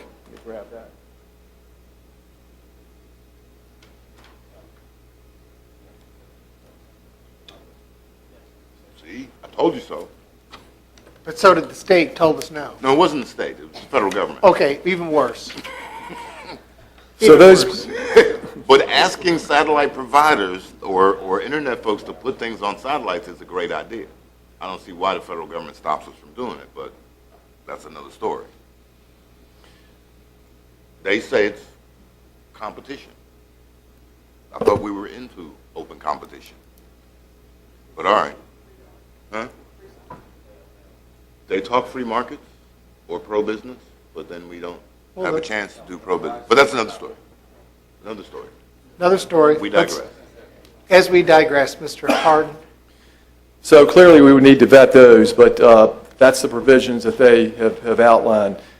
Moving into Phase 3, they would continue to expand their network, and they would undertake any expansion that they say is justified under their standard thresholds. They won't say exactly what those are. They do say that they're better than the major carriers in terms of they make the decision based on things like interest rates, cost of capital, cost of inputs that are purchased under long-term contracts. So they won't tell us exactly how they make that decision, but they would expand from that point if it makes business sense, basically, for them to do so. So the cost to county for that approach is $45,000. Moving to the second proposal from CVA Link, they are also proposing a three-phased approach. In Phase 1, they would establish a core network infrastructure using existing fiber feed and create redundant wireless backhaul feeds. Now, maybe somebody can help me explain that, because I don't know exactly what that means. That I can explain. Yeah. The wireless they want to use repeaters and/or wireless, either microwave or some other technology like we use in our radio system for the sheriffs and the bus garage and us. They want to use that technology for backhaul to a facility that has actual wire access. But they want to start with fiber, I believe. They want to start with fiber somewhere, but they need backhaul. Right. They need a way to bring everything back and then send it out, which it looks like they're leveraging us to do. And then they would pick up wireless infrastructure at key county facilities, install a network, and then begin servicing the subscribers using the facilities that they built. I think attachment 3, page 19, gives you an idea of what that service area would look like. Now, the cost of that, the thing about this proposal is it lays out there exactly how they would do it, but the cost is quite high, as you can see. Cost of Phase 1 is $1.3 million, $1,328,000 to be exact.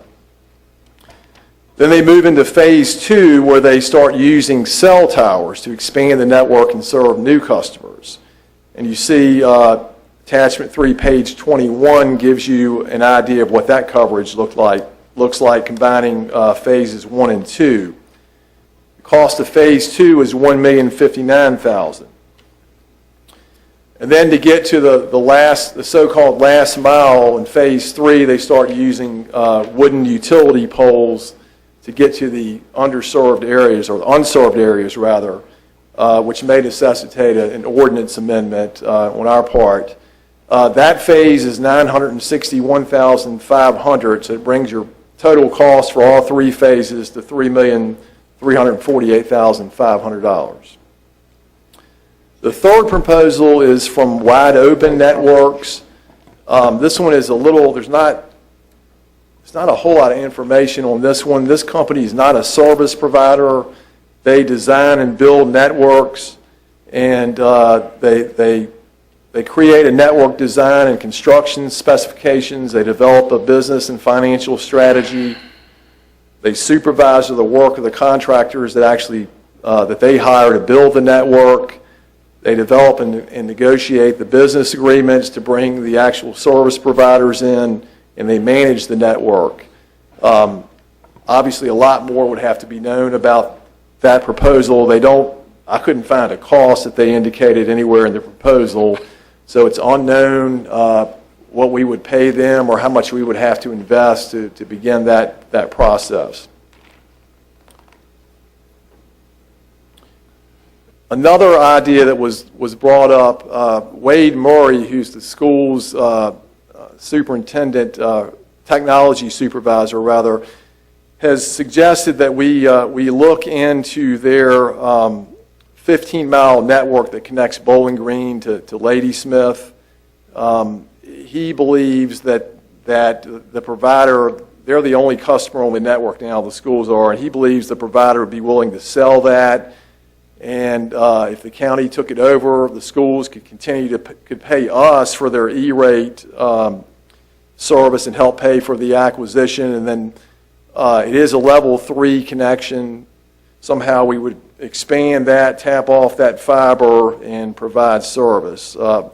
Obviously need to flesh that idea out quite a bit more, but that was something that he brought an idea as a committee member.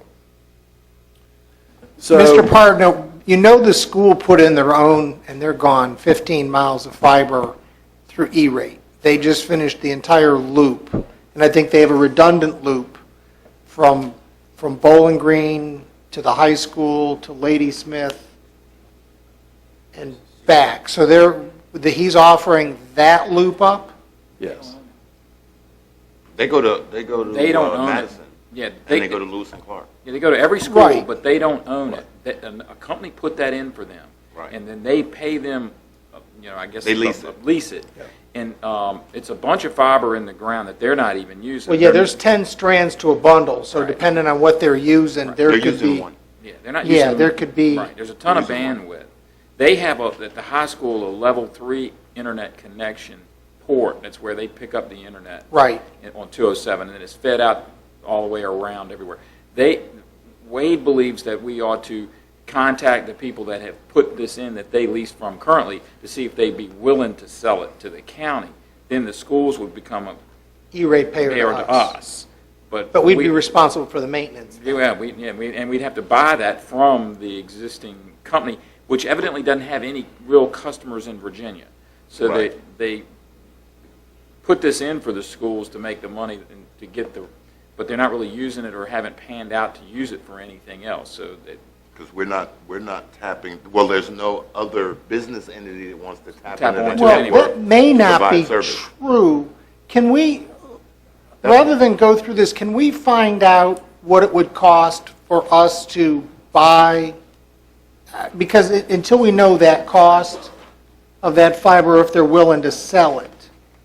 And then if we could get some guesstimate of what the maintenance on that cost, because those repeaters, I mean, there's probably a repeater every mile on that. I think it's 2. It just depends on what they did, but an estimate of what can we find somebody that could give us a cost of what the maintenance on that would be, or operations of that would be? This is a very complex subject. I mean, Oh, you no, know. right. But there are a couple of other things in the equation, because we'll never realistically come up with one solution for the whole county. Oh, no, we won't. Now, Mr. Wilson, I'm sure if I told him I could make the entire county wired, he'd have a great, excitement with that, because it's a great economic benefit. Correct. But I don't want to. But let's start with what's the cost and what's the operational cost of this, because it is But let's in the look at it ground the and other way. works. Let's look at it the other way. If the schools provided wireless to all their students, we'd pretty much have wireless Our in the whole problem county. is you still have to have somebody that puts up the antennas, manages the account. That's another I mean, part. I'm but- just saying, look at it differently, because the school's Well- E-rate is like a penny on a dollar. We'll Right. never get $1 million back from them on Oh, E-rate. no, you're correct, But we if won't. they did it, if the schools did internet for all their students, Here's the question, are we willing to give them the money, what it's going to take to purchase it? but that's part of the discussion. That's what when the superintendent left, I was like, oh, we need him to hear this. That's why we need to talk to them about this kind of thing. But there's a cost either way. I'm just curious what the cost is, because either way, we bear the brunt of it. That's true, but the bottom line is our citizens right now are No, bearing the brunt. I understand, but either way, we bear the brunt of the cost, because whether they buy it and we pay for it, or we buy it and we pay for it, there's still whatever X cost is and the operational cost is. But yeah, and that's a good point. There's also another step is there are providers out there like satellite providers There are, Satellite providers aren't really interested, but there are other, I will agree, there are providers. but if we were to have a long-range solution, that could be an intermediate solution. Well, let's, Can I have, I mean, I know we've worked on this before, but right. from the board's perspective, may I pursue Verizon and any other satellite companies that may be able to offer us something and say, on behalf of the county, this is what we're looking for? There may be a better solution than Verizon. There, I just wanted to throw out a couple of names without telling everybody what we're trying to do. I actually, no promises, just, what would their interest be would be an interesting data point. The perspective or positioning would be to whatever business vendor is there, what would you offer as a county cost for your services or whatever, based on X number of people? We still have to survey the county to see if we have 1,000 people who would sign up. I'm sure we do. But if I went to Verizon and said, give me 1,000 Wi-Fi cards, how much would that cost? I'm just an option, and I'm just saying that's the kind of information we need to make a really good long-range decision. MetroCast will actually expand their lines, but they want somebody to pay for that expansion. Now you're in the same vein I'm in, but the real issue here is it purchasable? Are they willing to let it go? If they are, who gets the better deal? But I'm not even talking about the schools network. That's an option. My opinion would be to say to the schools, go out and figure out how much it would cost to provide internet to all your students. Do you have a student living near you? You can't. You have a student living near you? Well, yeah, but I got one on either side of me. yeah, but you can't. The equivalent of providing internet service from fiber is Wireless. It could be wireless. no, internet. it can't. Not with what we have, it can't be. We don't have anything. No. That's we the point. We don't have anything. We have a backbone with no insertion point except at the schools. Right. To insert into that is where the expense comes in. So what I don't want to do is misrepresent like they've got wireless capability on that run, because they don't. What I would like to do is create a menu for citizens in the county to say, I have an option of, you're on 207, the fiber runs right by you for $12, you can have fiber. You live on Panola Road, there's no fiber near you, for $5 you can get a satellite. Or you can connect to MetroCast or something else. If you set it up like that, you can get all those people to add on. But you have to have the ability to provide it if you say that. And right now, But we have nothing. We have a blank canvas. no, we have let's be clear, we have a backbone in the ground with uninterrupted connection. Actually, we don't. The schools do. Well, it's there. Right. Regardless who owns it, it's in the ground. Right. To connect to that, to enable those things, requires a great deal of work, because every fiber connection requires, you'd have to put some sort of a pillar up, move that fiber connection to someplace where you have that ability. When you're on some of these roads, that pillar could be one, and there'd be one house. And that's where the expense is. For the wireless capability, you still have to have a tower with the antennas with the ability to do that, which we don't have on those runs between point A and point B. Caroline is covered by Rappahannock Co-op and Virginia Power. Well, Right. excuse me, Dominion, that was a flashback. They have towers, they have towers, they have poles all over the county. If you remember Virginia Broadband, used to do that. Virginia was a Broadband disaster. was purchased by the co-op, and they had an agreement to put antennas on every pole that they had. Remember the last cell phone tower that we put up that was over, that they needed a minimum of 199 feet. And that's because propagation, from a phone pole, you don't have the propagation capability that you need for receivership and transmit. I'm just saying that All I'm saying is don't restrict your thought process. No. Let us be as wide open as possible. I and understand, let but people what I make don't choice. want to do is misrepresent what we have, because what is there? What I would say is, we don't have anything. We are looking for your best deal for wireless cards, for, network expansion of your existing cable. That's, what we need is much more information than we got from these three people. Right, what they told us is meaningless in terms of where we are and what they want to provide. I Ms. mean- Long, while we're, Yes, thank you, gentlemen. Obviously, I'm not an expert in this at any phase of the imagination. I do know, looking at these pictures, that none of this satisfies the needs of my district. I think there are lots of things that need to be looked at. It's not going to be decided tonight. If you want to research, I say go for it. If you want to research, go for it. Mr. Parton, please keep after it. Find out some more information on some of these companies and what their background is. What I do know is our students and our seniors need access to internet. It's our local emergency system, Caroline Alert. We need it if we can get it. And I think we've just scratched the surface as far as trying to come up with a decision. We don't have everything we need yet.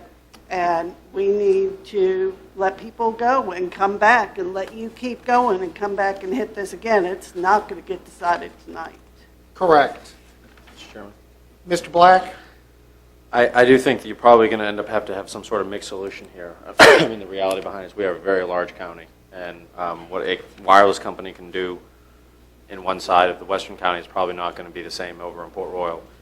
There is a couple things that if you could research. There is a company, I mean, Hanover is working on something right now. I know that for a fact. And there's a company called Last Mile Broadband. I think we've been in contact. I know they're signing people up.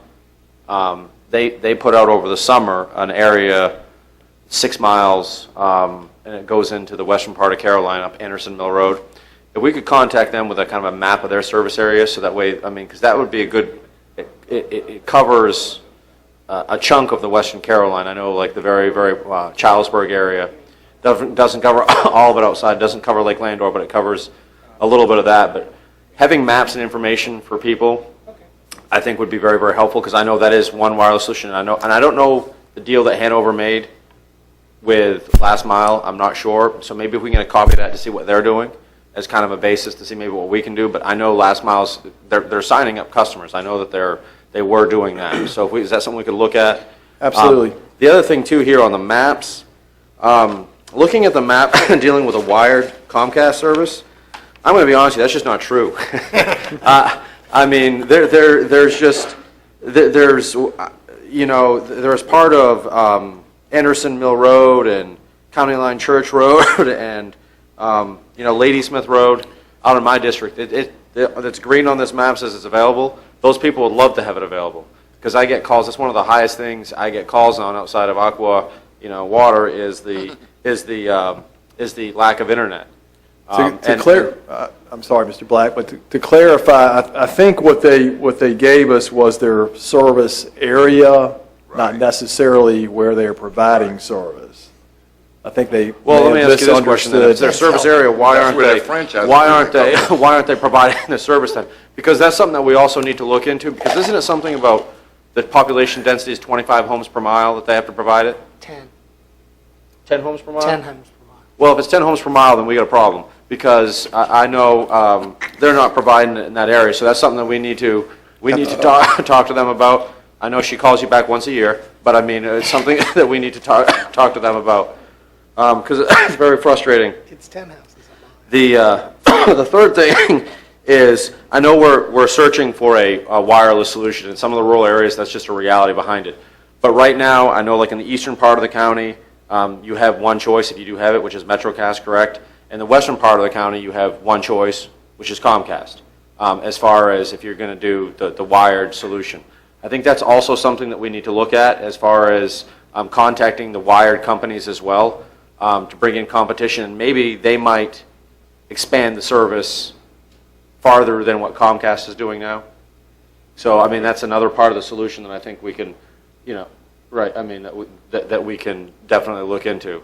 I mean, the only problem I have with this, Mr. Barton, I think this is great. I know I've been talking to you about this, and I know Mr. Thomas has been talking about this for a long time, and I know you've been very good at doing this. It's a very frustrating topic for people, and I've heard, because we worked on this when I was on the board in Lake Landor, we worked on this in 2009. Everyone kept on saying the technology is changing, the technology is changing.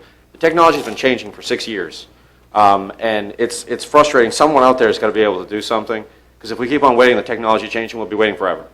So there's got to be someone out there that can provide something for us. So I do appreciate your work on this.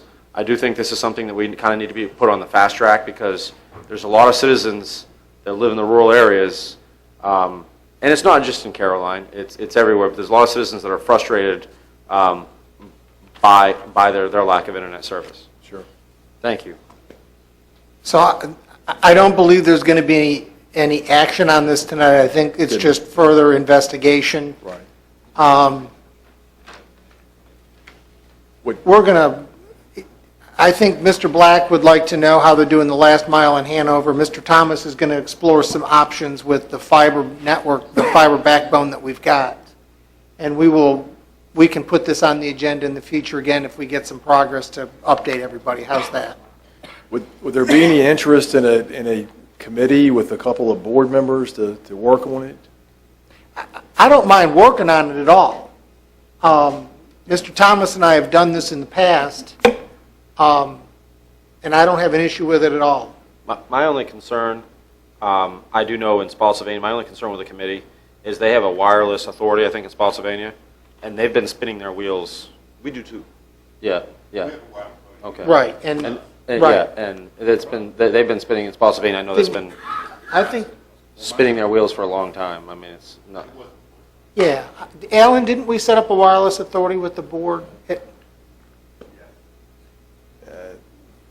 We can have them look for that. Ms. Hall is already making a note. Look in board minutes for wireless authority. I see her already writing it down. I'm going to go ahead and move us to informational calendar items. Mr. Cully.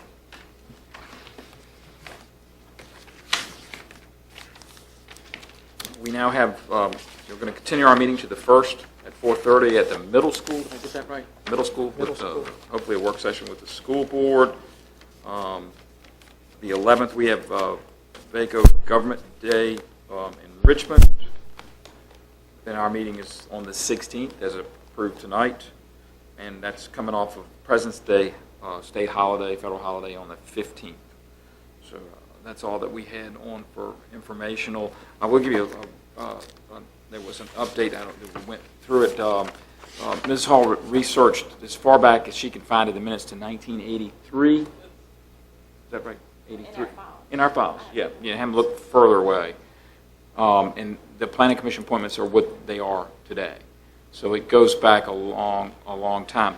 Do you have anything you wanted to add on that about board members could set their planning commission members to expire with their terms, so it would have to be done when you do another appointment?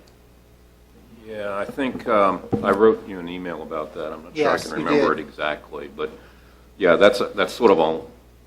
I think the only way it could work to redo things is that, because you can't remove a planning commission member, so when any member's term expires, whenever that is, you would change Their length of the service length for the of the next term to be what you wanted it to be, and then reappoint someone for that period of time, and then that would get that one person's term on track, and then you do it for the next one, and then the next one, and the next. So it would take a while. But I think Anyway, that's the only way it has been you can do it. long-standing. I mean, to go back that far, they've been appointed like that.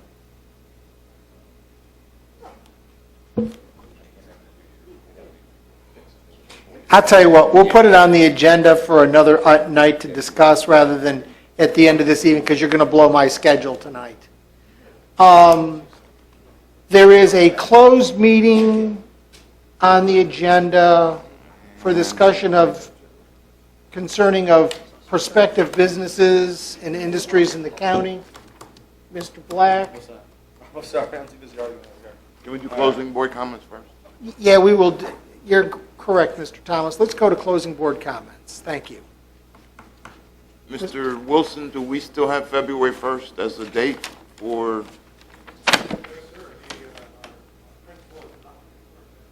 Okay, we're trying to confirm February 1st as our Germanna Belmont Professional or Belmont Medical Professional grand opening. And I guess since that's Monday, we're Your SOL. probably, I'm never SOL, but we're probably going to move the date somewhere. So we're trying to set that up. And I'm sure the chair will be part of the program, so we'll have to work around your schedule. I will, whatever I can do. Mr. That Forehand? was it, Mr. Chairman. Thank you. I have none. Thank you. Ms. Long? Mr. Underwood? I have none, Mr. Chairman. Mr. Black? No, sir, Mr. Chairman. And I have nothing, so I will now move to take us to closed meeting. Excuse me. I move that this board convene in closed session pursuant to the prospective business exemption of Section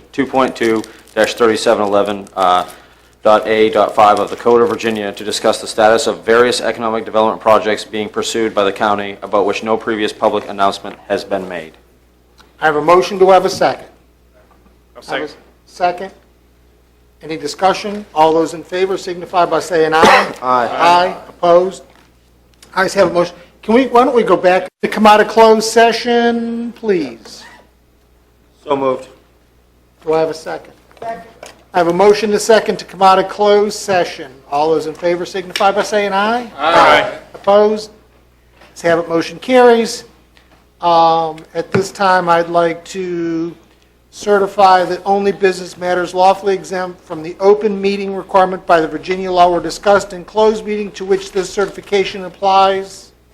And only public matters as were identified in the motion convening the closed meeting were heard, discussed, or considered by the board. Do I have a motion? So move. I'm sorry, so I'm sorry. I Do we need have to motion or just certification. certify? Certify. That's what I Mr. thought. Thomas? I so certify, Mr. Mr. Forehand? Chairman. I so certify. Ms. Long? So certify. Mr. Underwood? I so certify. Mr. Black? I so certify. And I so certify. There is- Motion to continue until February 1st. Second. Caroline Middle School at 4:30. I have a motion. Do I have a second to continue? Second. I have a second from Ms. Long. All those in favor signify by saying aye. Aye. Meeting is continued.